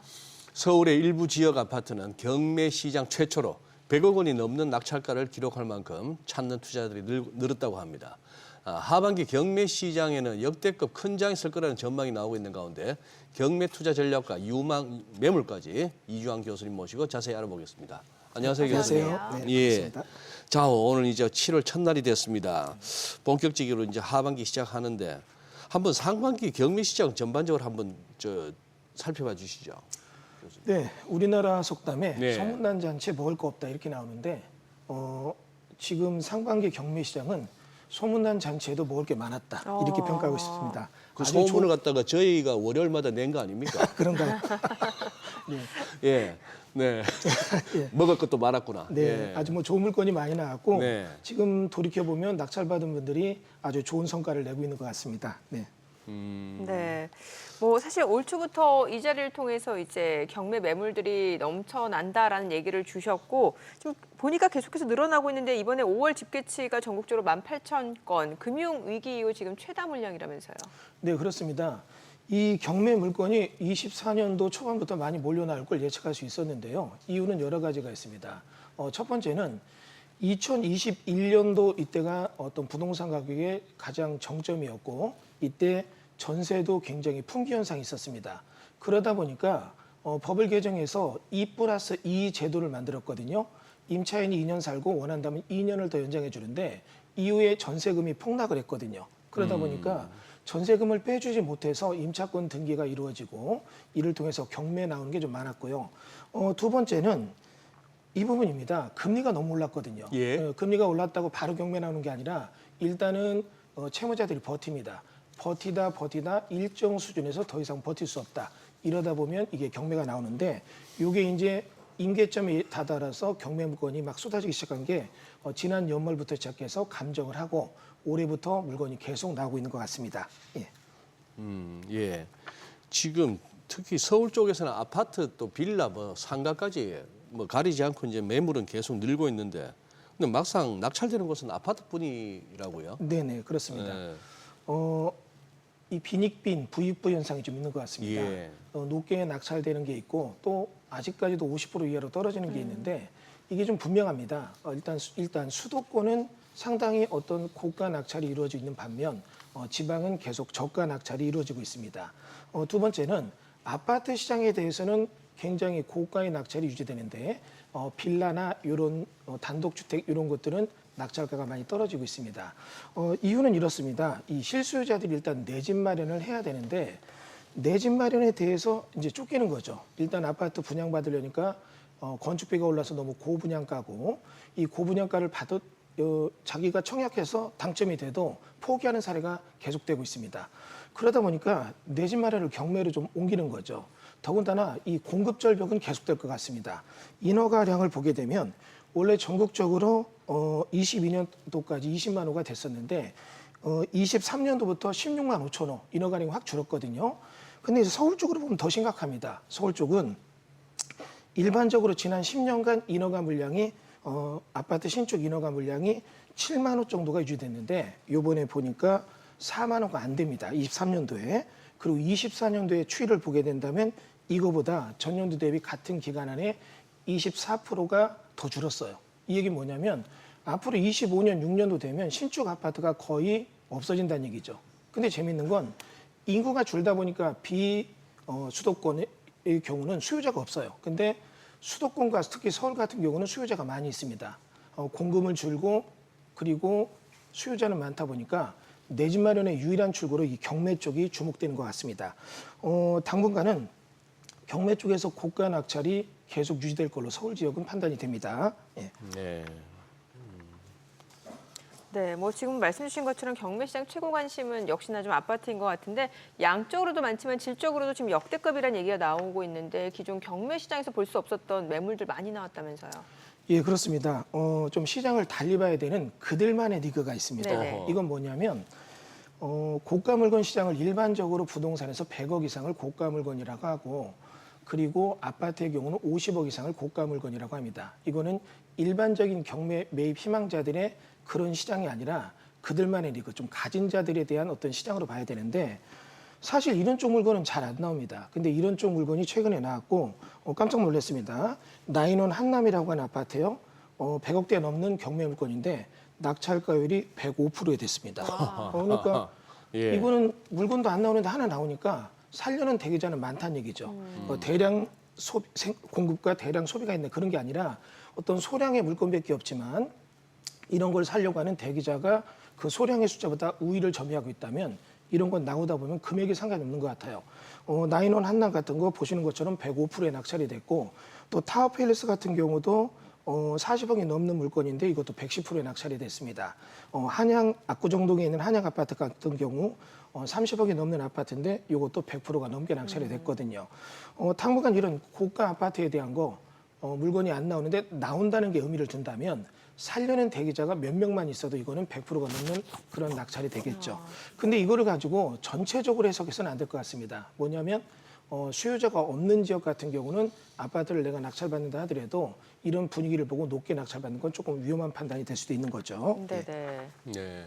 뭐 지금 설명하신 내용은 교수님 말씀 맞다나 그들만의 리그라서 우리 대부분의 시청자분들은 뭐큰 관심은 안 가실 것 같습니다. 저도 듣는데 별 감흥이 없네요. 네. 100매덕짜리 아파트에 산다. 지금 사실 경매는 이 가격이 저렴하다는 것 외에 또 정부 규제에 별 영향이 없다는 장점이 있다 이렇게 알고 있는데 최근에 서울시가 토지거래 허가 지역 이것도 이제 재지정하면서 이쪽 지역 매물이 인기라는데 이건 무슨 논리입니까? 토지거래 허가 지역이 되면 그쪽 매물이 인기가 있다고요? 그러니까 그쪽 지역에서 나온 경매 물건. 경매 물건이. 그렇죠. 예. 토지거래 허가구역은 말 그대로 토지에 대해서 실수요자 위주로만 거래할 수 있고 네. 어떤 투기적 투자 개념은 거래를 막는 거죠. 예. 그런데 이제 토지거래 허가를 종전 정부에서 아파트까지 확장을 했어요. 아파트에도 대지권이 있다 보니까 네. 그 대지권에 대해서도 실수요자 있는 사람들만 거래하라 이런 얘기죠. 실수요의 의지가 있는 사람만 거래하다 보니까 사실 일반적인 투자가 좀 어렵고 또 이걸 내가 산다 하더라도 일정 기간 거주 의무가 부여됩니다. 네. 그러다 보니까 이 토지거래 허가구역을 통해서 일단 투기적 거래를 차단해서 가격을 낮추고자 하는 의지가 있었는데요. 같은 이 어떤 고급의 급지가 되는 것들이 강남 지역을 본다면 넓게 보면 이 토지거래 허가구역이 아직 안 돼 있는 반포나 개포동 아파트 같은 경우는 이 갭 투자가 좀 있었어요. 네네. 아파트를 사고 세입자를 받아서 갭 투자하고 예. 그리고 또 여기는 팔 때도 조금 출구 전략이 좀 원만했죠. 예. 그러나 이 토지거래 허가구역이 지정돼 있는 강남구나 서초구 등에 대해서는 내가 실수요자 아니면 살 수도 없고 또 내가 이걸 샀다면 일정 기간을 거주해야 되니까 세를 놓을 수도 없어요. 그러니까 우리가 흔히 말하는 갭 투자, 지렛대 효과를 쓸 수가 없습니다. 아파트 만약에 50억짜리를 샀는데 세가 20억이다. 그럼 20억에 대해서는 어떻게 해요? 무이자로 내가 투자금을 빌려 쓰는 그런 내용이 되는데 이런 게 지금 차단되고 있는 건데 재밌는 건 경매에서는 토지거래 허가구역이라도 경매는 허가를 안 받습니다. 그러다 보니까 이런 데 경매로 산다면 내가 사놓고 조금 자금이 부족하다면 세를 놓을 수도 있거든요. 근데 이제 전세금이 계속 오르고 있어요. 예. 공급이 없다 보니까 전세금이 오르고 또 이게 전세금 오르는 게 지금 아주 비상입니다. 이유는 일반적인 대체제가 있습니다. 내가 아파트를 못 살면 빌라 같은 데로 옮겨가야 되는데 그동안 전세 사기 사건이니 뭐니 하도 문제가 많아서 빌라 같은 데는 전세를 안 들어가려고 해요. 그러니까 물건은 있어도 사람들이 안 들어가고 이런 쪽에 대해서 환가성이 높은 아파트로만 세를 들어가려고 하다 보니까 전세금이 계속 오르고 있거든요. 네네. 그러다 보니까 이 토지거래 허가구역에서 경매물건 이거는 허가를 안 받아도 되고 세를 놓을 수 있다. 이런 부분에 대해서 계속 경매에 대한 어떤 낙찰가가 높여주는 원인이 아닌가 이렇게 생각이 됩니다. 네. 더 중요한 거는 출구 전략에서도 이게 맞아 떨어져요. 우리가 보는 것처럼 경매를 살 때는 토지거래 허가구역은 내가 샀다면 일정 기간을 내가 거주해야 되지만 그렇지 않고도 내가 실수요자를 찾아서 팔 수 있다. 네. 이런 부분에서는 장점이 될 수 있겠죠. 예. 네, 참 이게 여기서도 풍선 효과가 나타나네요. 네. 최근 수도권 부동산 가장 큰 관심이 이제 일기 신도시 재건축인데 선도지구 선정이 이제 본격화되면서 집값이 뛰니까 저렴한 가격에 이제 매매 기회를 잡으려는 수요자가 이제 경매 시장으로 좀 몰리고 있다라는 건데 그럼 하반기에도 이런 인기가 좀 계속해서 이어질 수 있을까요? 예, 이게 재밌는 현상이 좀 있습니다. 이 서울 쪽에 대한 가격이 너무 높다 보니까 또 서울 쪽이라 하더라도 강북, 한강을 건너서 북쪽으로 가보면 네. 도시계획 등이 없을 때 개발된 거기 때문에 조금 사람들이 쾌적성이 떨어져요. 그러다 보니까 서울 근교에 있는 대표적인 신도시가 이제 분당 신도시, 평촌 신도시 이런 쪽인데 이런 쪽 아파트가 30년 넘었고 이런 거에 대해서 재건축을 해야 되는데 이 재건축에 대해서 문제점이 있습니다. 여기는 기존의 도시계획으로 만들어서 용적률이 높고 대지 지분이 낮습니다. 그러다 보니까 재건축이 조금 어떤 현실성이 떨어져요. 그런데 이번에 개정된 법이 노계획도시 특별법이라는 걸 만들어서 선도지구를 만들고 있습니다. 선도지구가 되게 된다면 이런 지역에 대해서 용적률을 좀 파격적으로 올려주고 재건축할 수 있는 여러 가지 혜택을 주는 거거든요. 그러다 보니까 이런 지역에 대해서 내 집 마련 수요자들이 공급이 없으니까 이런 분당 지역이나 일산 지역 등으로 경매 물건을 뭐 거의 싹쓸이 한다고 해야 되나요? 굉장히 높은 경쟁률이 있고 굉장히 고가에 낙찰이 되면서 가격이 오르고 있는데 여기서도 좀 주의할 점은 있습니다. 이런 지역에 대해서는 이 기반시설 확충과 두 번째는 가장 큰 문제점이 이 부분입니다. 용적률에 대한 상승인데 주의할 게 분당 같은 경우는 서울 비행장이 있기 때문에 비행 안전구역에 걸리는 5구역, 6구역에 들어온 지역들은 굉장히 조심하셔야 돼요. 이런 지역은 이 특별 선도지구가 된다 하더라도 용적률을 파격적으로 올리기가 어렵습니다. 용적률을 파격적으로 올 수 있는 그런 해당 지역에 들어가는 그런 지역 아파트를 좀 선별해서 경매에 어떤 투자 전략을 세운다면 정말로 내 집 마련을 저가로 할 수 있는 그런 기회가 될 것도 같습니다. 네. 아, 비행장 때문에 높이 못 네. 짓는다 말씀이죠? 네네. 예. 지금 이 경매 시장에 또 그렇다고 무슨 뭐 하반기에 낙관적인 전망만 있는 건 아닌 것 같은데요. 네. 이제 서울 아파트 가격이 다시 오르고 있고 이거 어디까지나 서울 얘기입니다. 지방은 꼭 그런 건 아닌데. 네. 자, 이제 부동산 시장이 침체기일 때 곽광받는 게 이 경매다 보니까 그러면 집값 오르면 오히려 경매 시장은 악영향을 받는 거 아니냐. 이 시각은 어떻게 보십니까? 좀 재밌는 얘기 해볼까요? 네. 제가 이제 동창회를 좀 늦게 갔습니다. 그래서 막 뷔페 식당에서 막 먹고 있는데 예. 딱 가서 앉자마자 한 20분 채 막 먹으려고 하는데 예. 이제 영업 시간 끝났습니다. 일어나 주세요 해서 나온 적이 있거든요. 네. 먹을 게 많아도 시간이 없으면 못 먹는 겁니다. 예. 예. 이 얘기는 뭐냐면 일반적으로 부동산 시장과 경매 시장은 역행 구조를 갖고 있어요. 부동산 시장이 좋다는 건 경매가 안 나온다는 얘기고 또 경매 시장이 좋다는 건 부동산 시장이 안 좋다는 얘기죠. 그런데 지금은 부동산 시장이 굉장히 안 좋아졌다 좋아지는 반등의 시장이 조짐이 보입니다. 이렇게 되면 좋은 물건이 안 나올 수도 있어요. 그런데 이걸 또 거꾸로 해석해 볼게요. 내가 사는 물건이 오를 수 있는 그런 기회가 바로 가까워 인접해 있다. 이런 해석도 되고 두 번째는 이겁니다. 그동안 부동산 시장이 안 좋은 23년도, 2년도 이때 이 겪었던 시장의 고통은 굉장히 컸습니다. 네. 즉 시장이 좋아진다고 해서 지금 경매에 나온 물건이 바로 없어지거나 이러긴 조금 힘든 상황이죠. 그러다 보니까 경매에 나올 거는 계속 나올 거고 그리고 내가 그렇게 해서 받은 물건이 바로 올라갈 수 있다. 그렇게 생각한다면 굉장히 투자에 적깁니다. 그런데 문제는 아까도 말씀드렸지만 경매에서 내 집 마련하거나 투자할 수 있는 그런 시장 어떤 투자 유효 기간이 굉장히 짧을 거란 얘기죠. 20분 만에 부패 시장 영업 끝났습니다는 느낌이에요. 그러다 보니까 올 여름 추석 전반부까지 여러분이 조금 더 집중해 본다면 좋은 타이밍을 잡을 수가 있고 요거를 여러분이 조금 길게 보고 간다면 조금 좀 서둘러서 했어야 되는데 이런 후회가 나올 수도 있을 것 같습니다. 네. 잘못하면 진짜 뷔페 식당에서 풀떼기만 먹고 나올 수가 있네요. 그렇죠. 설거지만 하고 나올 수도 있습니다. 참. 네, 그래도 지금 뭐 사실 금리나 시기에 대해서 지금 뭐 말이 많긴 합니다만 그래도 어쨌든 금리 인하 시기가 좀 예. 다가오고 있는 거잖아요. 네네. 그러면 실제로 이제 금리 인하가 이루어지게 되면 실제로 경매 시장에는 어떤 영향이 있을까요? 예, 종전 질문의 답변과 지금 이 질문을 연결하면 굉장히 퍼펙트한 이론이 나오죠.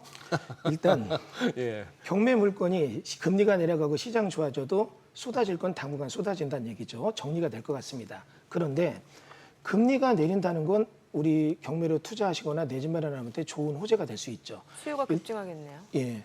왜냐하면 내가 경매로 샀는데 자금이 부족해서 못 사는 예, 사람들도 내가 투자 범위를 좀 넓힐 수 있죠. 그렇죠. 지렛대 효과를 써서 대출을 받고 대출 받은 그런 거에 대해서 내가 한 달 이자 내는 게 4억을 받았는데 지금은 이자를 200 낸다. 그런 거를 6억을 받아도 200을 낼 수 있다. 네. 이런 부분에 대해서는 여러분이 경매에서 내 집 마련을 한다. 좀 더 투자의 범위를 넓힐 수가 있는 거죠.